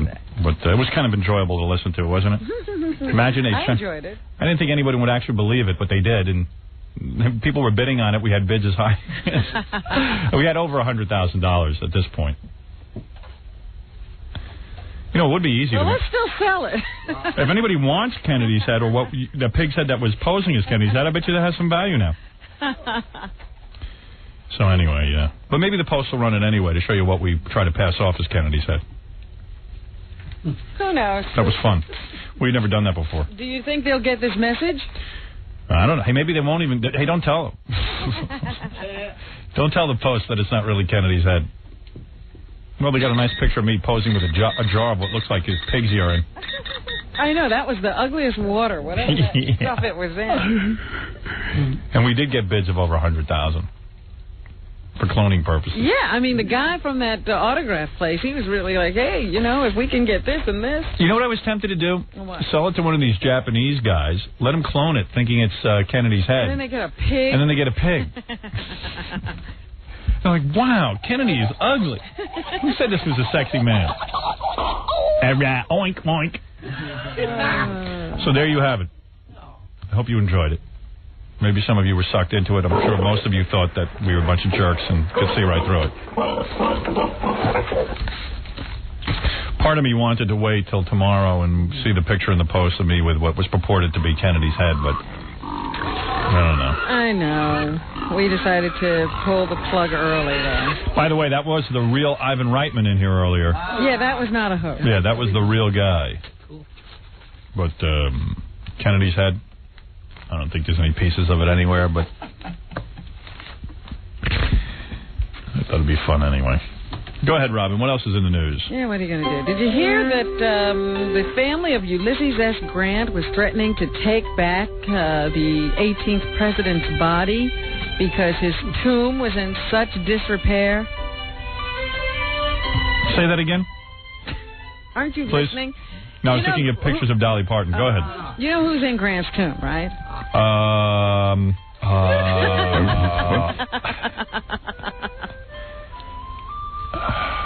Grant? Yeah. Or JFK's head? No, Grant is in Grant's tomb. How do you know? He is the 18th president of the United States. Right. And his tomb is supposed to be a national monument. Right. But it had fallen into disrepair because, you know, he's not a recently dead president. Nobody goes to visit it so much anymore. Yeah, and there were some hungry people in this country saying, you know, we'd rather eat than see you fix up Grant's tomb. And several presidents had been contacted by the family, you know, because they were very upset about the way their ancestor's body or his remains were being kept. And they were, you know, they got to the point where they were threatening to take it back and dig it up and bury it somewhere else or something. Wow.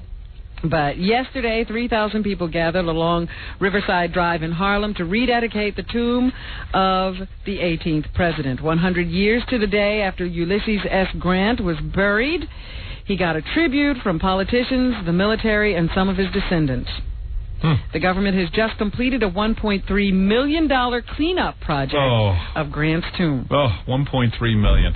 It's our money. The mausoleum had become a magnet for drug dealers, trash, and graffiti after it was neglected in the 1980s. Here's Baba Booey with a bulletin.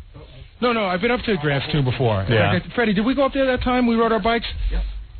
I used to stop by there when I'd ride my bike up to the George Washington Bridge. Yeah. It reeks of urine. Really? Reeks of urine. I often pee there. But you just go in there and there's two big, you know, these big, like, marble coffins in the middle of the circle. Yeah. But people go in there and they go to the bathroom. Right. And then there's, like, these street artists. You ever see, like, on telephone poles, they put up these tiles? Yeah. These little tiles. Well, that's all over the place. Wow. And there's, like, plants are growing through, like, the steps and stuff. It's really disgusting. So what? Yes, just imagine you go to visit your relative. Yeah. Grant. That's what you But it's in, you know what it is? It's on 125th Street all the way on the west side. So the second it closes down, every homeless guy goes to sleep on the steps. Yeah. It's in Harlem. Yeah. Yeah. Grant is buried in Harlem. Boy, would he have a fit. If he only knew. It was nice when he lived there. Was it? Yeah. I guess so. Who buries a guy in Harlem? Well, no, what you said before, but Here's a guy by Grant's tomb. Yeah, he lives here. That's his house. I'm going to put it back in again. Hey, look, I'm with the president. The great-great-grandson, Ulysses Grant Dietz, now says the family is very happy with the restoration. But they want to be sure The tomb does not go to seed again. I'm afraid to go up there and visit the tomb. I don't know what'll happen down there. Hey, here's a bulletin for you. I bet you don't have this news story. What? Hey, Fred, did your band play Saturday night or something? It might, yeah. What do you mean it might have? Weren't you there? Yes. Why? Did you get into some kind of argument with a guy? Some guy, he was very upset, but I don't think it was my fault if he shows up late. I can tell you the exact story. The guy shows up at, 1:30 in the morning. Did you get into an argument with Fred? Yes. No, he argued. I didn't argue. I see. I'm a calm businessman, and the place is filled with people younger than me, Fred. This is 2 40-year-old businessmen. Oh, somehow I knew you'd be calling this morning. What's and everybody was glad what that happened, you left. Fred? What happened? You were playing? This guy, we finished up about 1:15, 1:30 in the morning. This guy comes running in. I drove all the way from such and such, and I'm sorry that he drove from wherever he drove from. Yeah. I'm glad he came out to see me. Yeah. And he goes, you got to tell them to give me my money back. And I go, I don't run the place. I can't tell them what to do. If they charged you to come in, then you take it up with them. Why are you taking it up with me? Oh, you sound reasonable there, Fred. You have some argument with Fred over this? Yeah, well, the way he portrays it, I didn't come running in. I walked in the door. I asked the guys, is Fred on? We searched hard. We drove from the shore to see him. I bring my friends who play. Well, you're a lot calmer now than you were that night. Well, I had a few beers or something, Fred. Okay. At the point when I got excited wasn't when I came running in. Fred, were you drinking? No, I wasn't. You were not? Nope. So when I came in, I went over to him nicely, and he was done. And I went over, I said, oh, too bad we missed you, and I made No, you didn't come over nicely. You said, come on, this wouldn't go on Howard Stern show. Stern would never do this. Stern would never do this. Am I right or am I wrong? Do what, leave? You're too defensive. Let me talk to you. I'm defensive? So what are you complaining about? Stern never do. You showed up at 1:30 in the morning. The guy was done playing. I started at 11. I don't know where you were. You show up at 1:30, and I was done. Howard? Yeah. And on top of that, I gave the guy his money back. I pulled the money out of my pocket and gave him the money back and said, see you later. The guy who was behind the bar says, thank you for doing that because this guy was really out of control. It's a 2.5-hour show. That's enough. Howard? Yeah. You tell him to shut up, and I'll tell what he did. Go ahead. Okay. All right, there you go, Fred. I came in first. Thank you. I need your come on, permission. Fred. Let the guy talk. Okay. Yeah, go ahead. And he's on his knees packing up. And I said, okay, fine. I missed the show. That's okay. Mm-hmm. And I said to him, hey, we were listening to you this morning. If you remember, Fred, I said I woke my friend up playing the Ooga thing on the soundtrack. All right. I had enough. Okay, who cares? All right. I don't even know what the fight was about. I don't care. Fred, don't even worry about it. It's over. Okay. I don't care. You explained yourself fine. I mean, I know the guy was upset. Fred's still talking. Fred gave him his money back. I gave the guy his money back. That's all. Hell with it. He didn't even have to do that. No, I don't mind. The guy calls up, he has a beef with Fred. Explain what it is. It sounds like there's no beef. No. Something about Ayuga or Huga. I mean, if a guy can't tell a story. He's going to tell you about the entire trip down from the shore. It's a waste of a phone call. Go ahead, Robin. I thought I had a bigger bulletin, but obviously I didn't. Do you know who has the healthiest lifestyle? I know you're always attempting to be healthy and to do the right thing and to live longer. I don't know what you're trying to. No, I don't know what I'm your trying. goal is. I'm just trying to be healthy while I'm alive.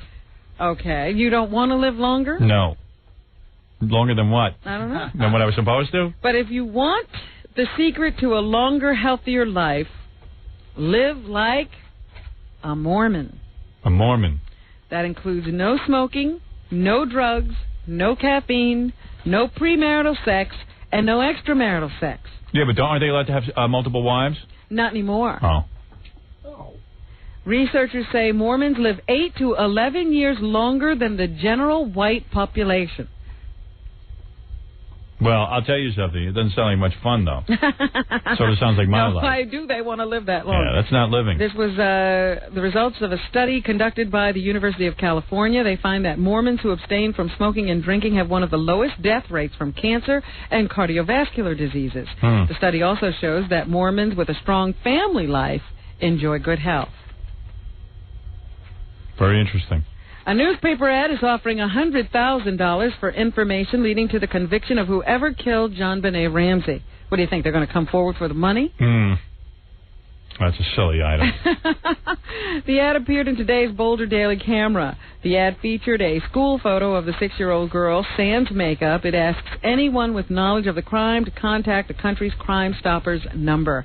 I noticed that Geraldo will be featuring an entire hour on the case today to update us on exactly where things stand. Oh, yes. Geraldo on top of this. He should have it solved any day now. Well, there'll be a trial if Geraldo keeps this up. That's what happens when Geraldo gets a hold of a case. Geraldo, very, very big man in the industry. Meanwhile, in the O.J. case, O.J. is expecting a ruling today as to whether he can have a new trial. His lawyers say that there was some problem with the jury in the last civil trial in which O.J. was found guilty, if you will, of being, well, it was a wrongful death suit or something. Yeah. I forget exactly what they called it. But anyway, he lost the case, and he was supposed to pay $33 million in fines or something to the families of the Goldmans and the Browns. And his lawyers have filed some appeals. They expect to find out from the judge today whether they can have a new trial and whether that the damage award will be reduced. The remains of a Colorado crash site belong to Air Force Captain Craig Button. So we figured.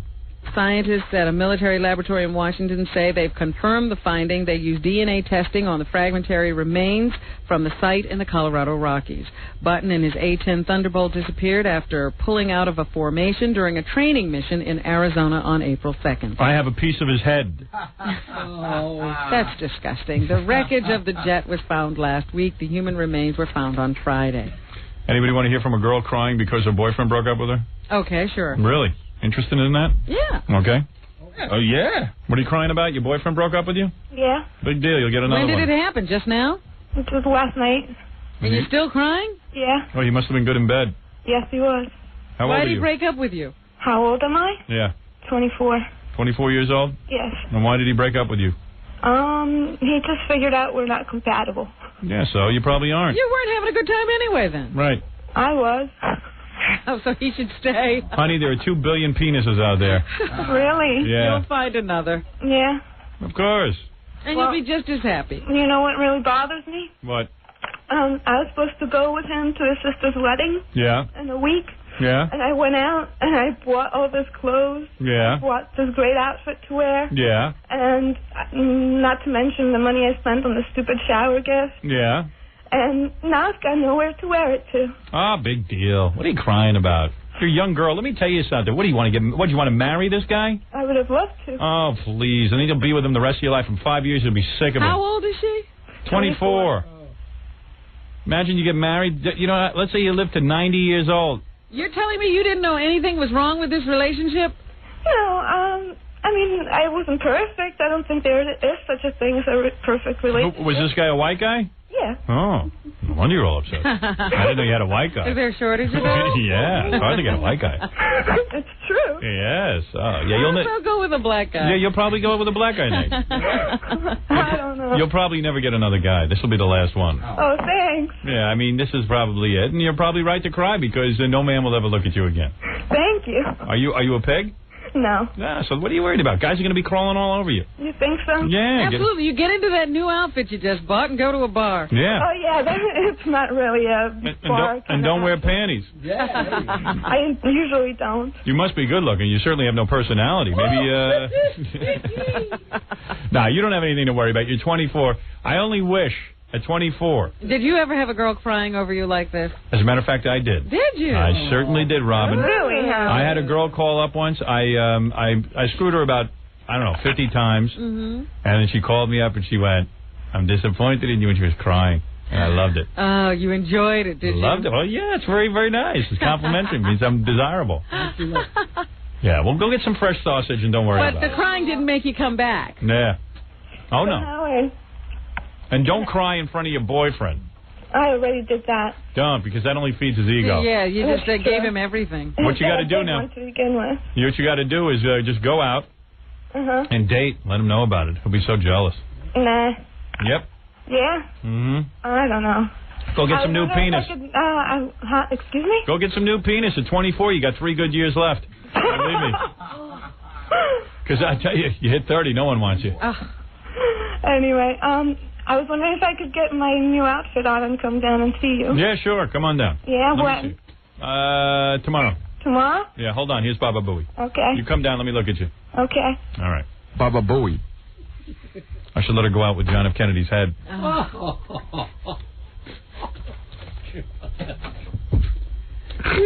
Worst thing we ever did. Yeah. So what do you think of this new volunteerism movement that's being kicked off in Philadelphia? Stupid. And I'll tell you why. This is a common thing that politicians do when they have nothing better to do, when they have no solutions. They go around screaming, and all of America loves it. Everyone should volunteer to do something. Volunteer. First of all, what am I going to do? Volunteer to do what? I figured out what you can do. What? There are a number of children who they cannot find homes for. Right. Because of, they've been, taken away from their families because of neglect or abuse. Yes. And they're sleeping on cots. Go ahead. In the office of some administrative building. Go ahead.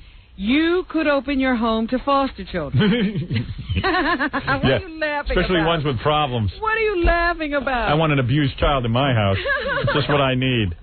No. Well, you asked me what you could do. Yeah, well, let me tell you about this volunteerism. It's all very nice and good to have politicians up there making speech after speech. They clogged up all of ESPN yesterday with speech after speech after speech. ESPN. Yeah, whatever that is. C-SPAN. C-SPAN, that's the one. ESPN. Yeah, I think they were on the sports network, too. But they had Al Gore up there. And sure, all the old presidents. Colin Powell. Jimmy Carter loves the ball. He likes to go and build houses because he got to get away from that Rosalind.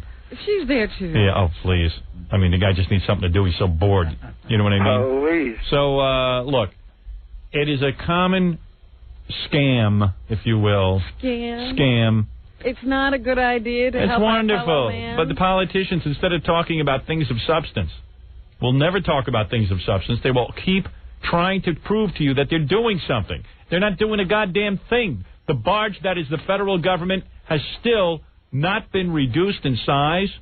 There has been no active legislation that has done anybody any good within the last couple of years. No one can agree on anything. The Democrats hate the Republicans. These guys refuse to get together in terms of some kind of spirit of America and move the barge that is government. They can't even cut the budget. They can't cut one goddamn program. So you know what they do? They get on TV and make speeches and go, oh, we should all volunteer. I wish you'd all volunteer to go to Congress and work something out. They're full of it. Well, as I said, a downtown Manhattan office is turning into a temporary orphanage. Abused and neglected children taken from their homes are forced to sleep on cots and chairs at the Administration of Children's Services because of a shortage of foster homes. Lip service. That's according to a report in today's Daily News. The paper says more than 30 children slept in the agency's office this weekend, or the weekend of April 19th. Some stayed as long as a week. Officials say the number of children taken from their parents is up, and there's still a shortage of foster homes. I'm going to move to Texas and secede from the union. Children's Services Commissioner Nicholas Scopetta insists that 95% of children are placed in foster homes the next day. Everybody knows lip service. You're not going to do anything, though. No, of course not. Not about that. Absolutely not. I'm not going to get involved. You're pitiful. I was also reading in the paper today about a guy who chased down an alleged rapist. Yeah, I saw that guy. Here's another thing you're not going to do. No. This guy ran several blocks chasing a guy who had a foot-long bloodied knife in his hands. Yeah. I would chase him and I go, wait a second. That guy's got a foot-long bloody knife in his hands. But Anthony Gordon, who is 33, says he had a good reason for risking his life and helping cops capture a 37-year-old woman's alleged attacker after he jumped onto a subway train. He's a hero, this guy. He said that it could have been his wife or his daughter. Right, very nice. He's the father of 5 girls. Wow. He's also the father of 2 boys. And thanks to Gordon's efforts to follow the attacker and alert the cops, a 31-year-old Bronx man was charged yesterday with rape, sodomy, and assault. Wow, that guy's brave. I got to admit. That's a hero. That is a hero. In fact, I saw his picture. I thought he was the rapist. Oh, and then that's because he's a black man. Exactly. And then you see how racist the society is? No, I see how racist you are. Don't blame society for your thoughts. Society taught me that. It's horrible. But he is a hero. He grabbed his son's baseball bat, right. Got a description from the woman, and took off. There you go. Good for him. Good for him. Oh, yeah. He's a brave man. A lot braver than I am. Let me see if there's anything else to talk about today. No pressure, Robin. What?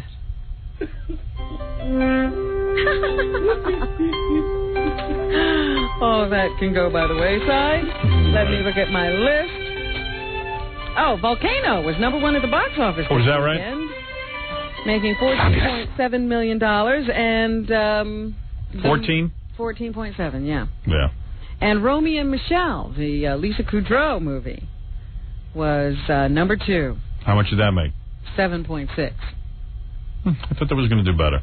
Yeah, they say, it didn't get bad reviews. Right. Anaconda, the film that's been number one for the past several weeks, was number three. Liar, Liar's down to number four, but as I said earlier, it has made $143 million so far.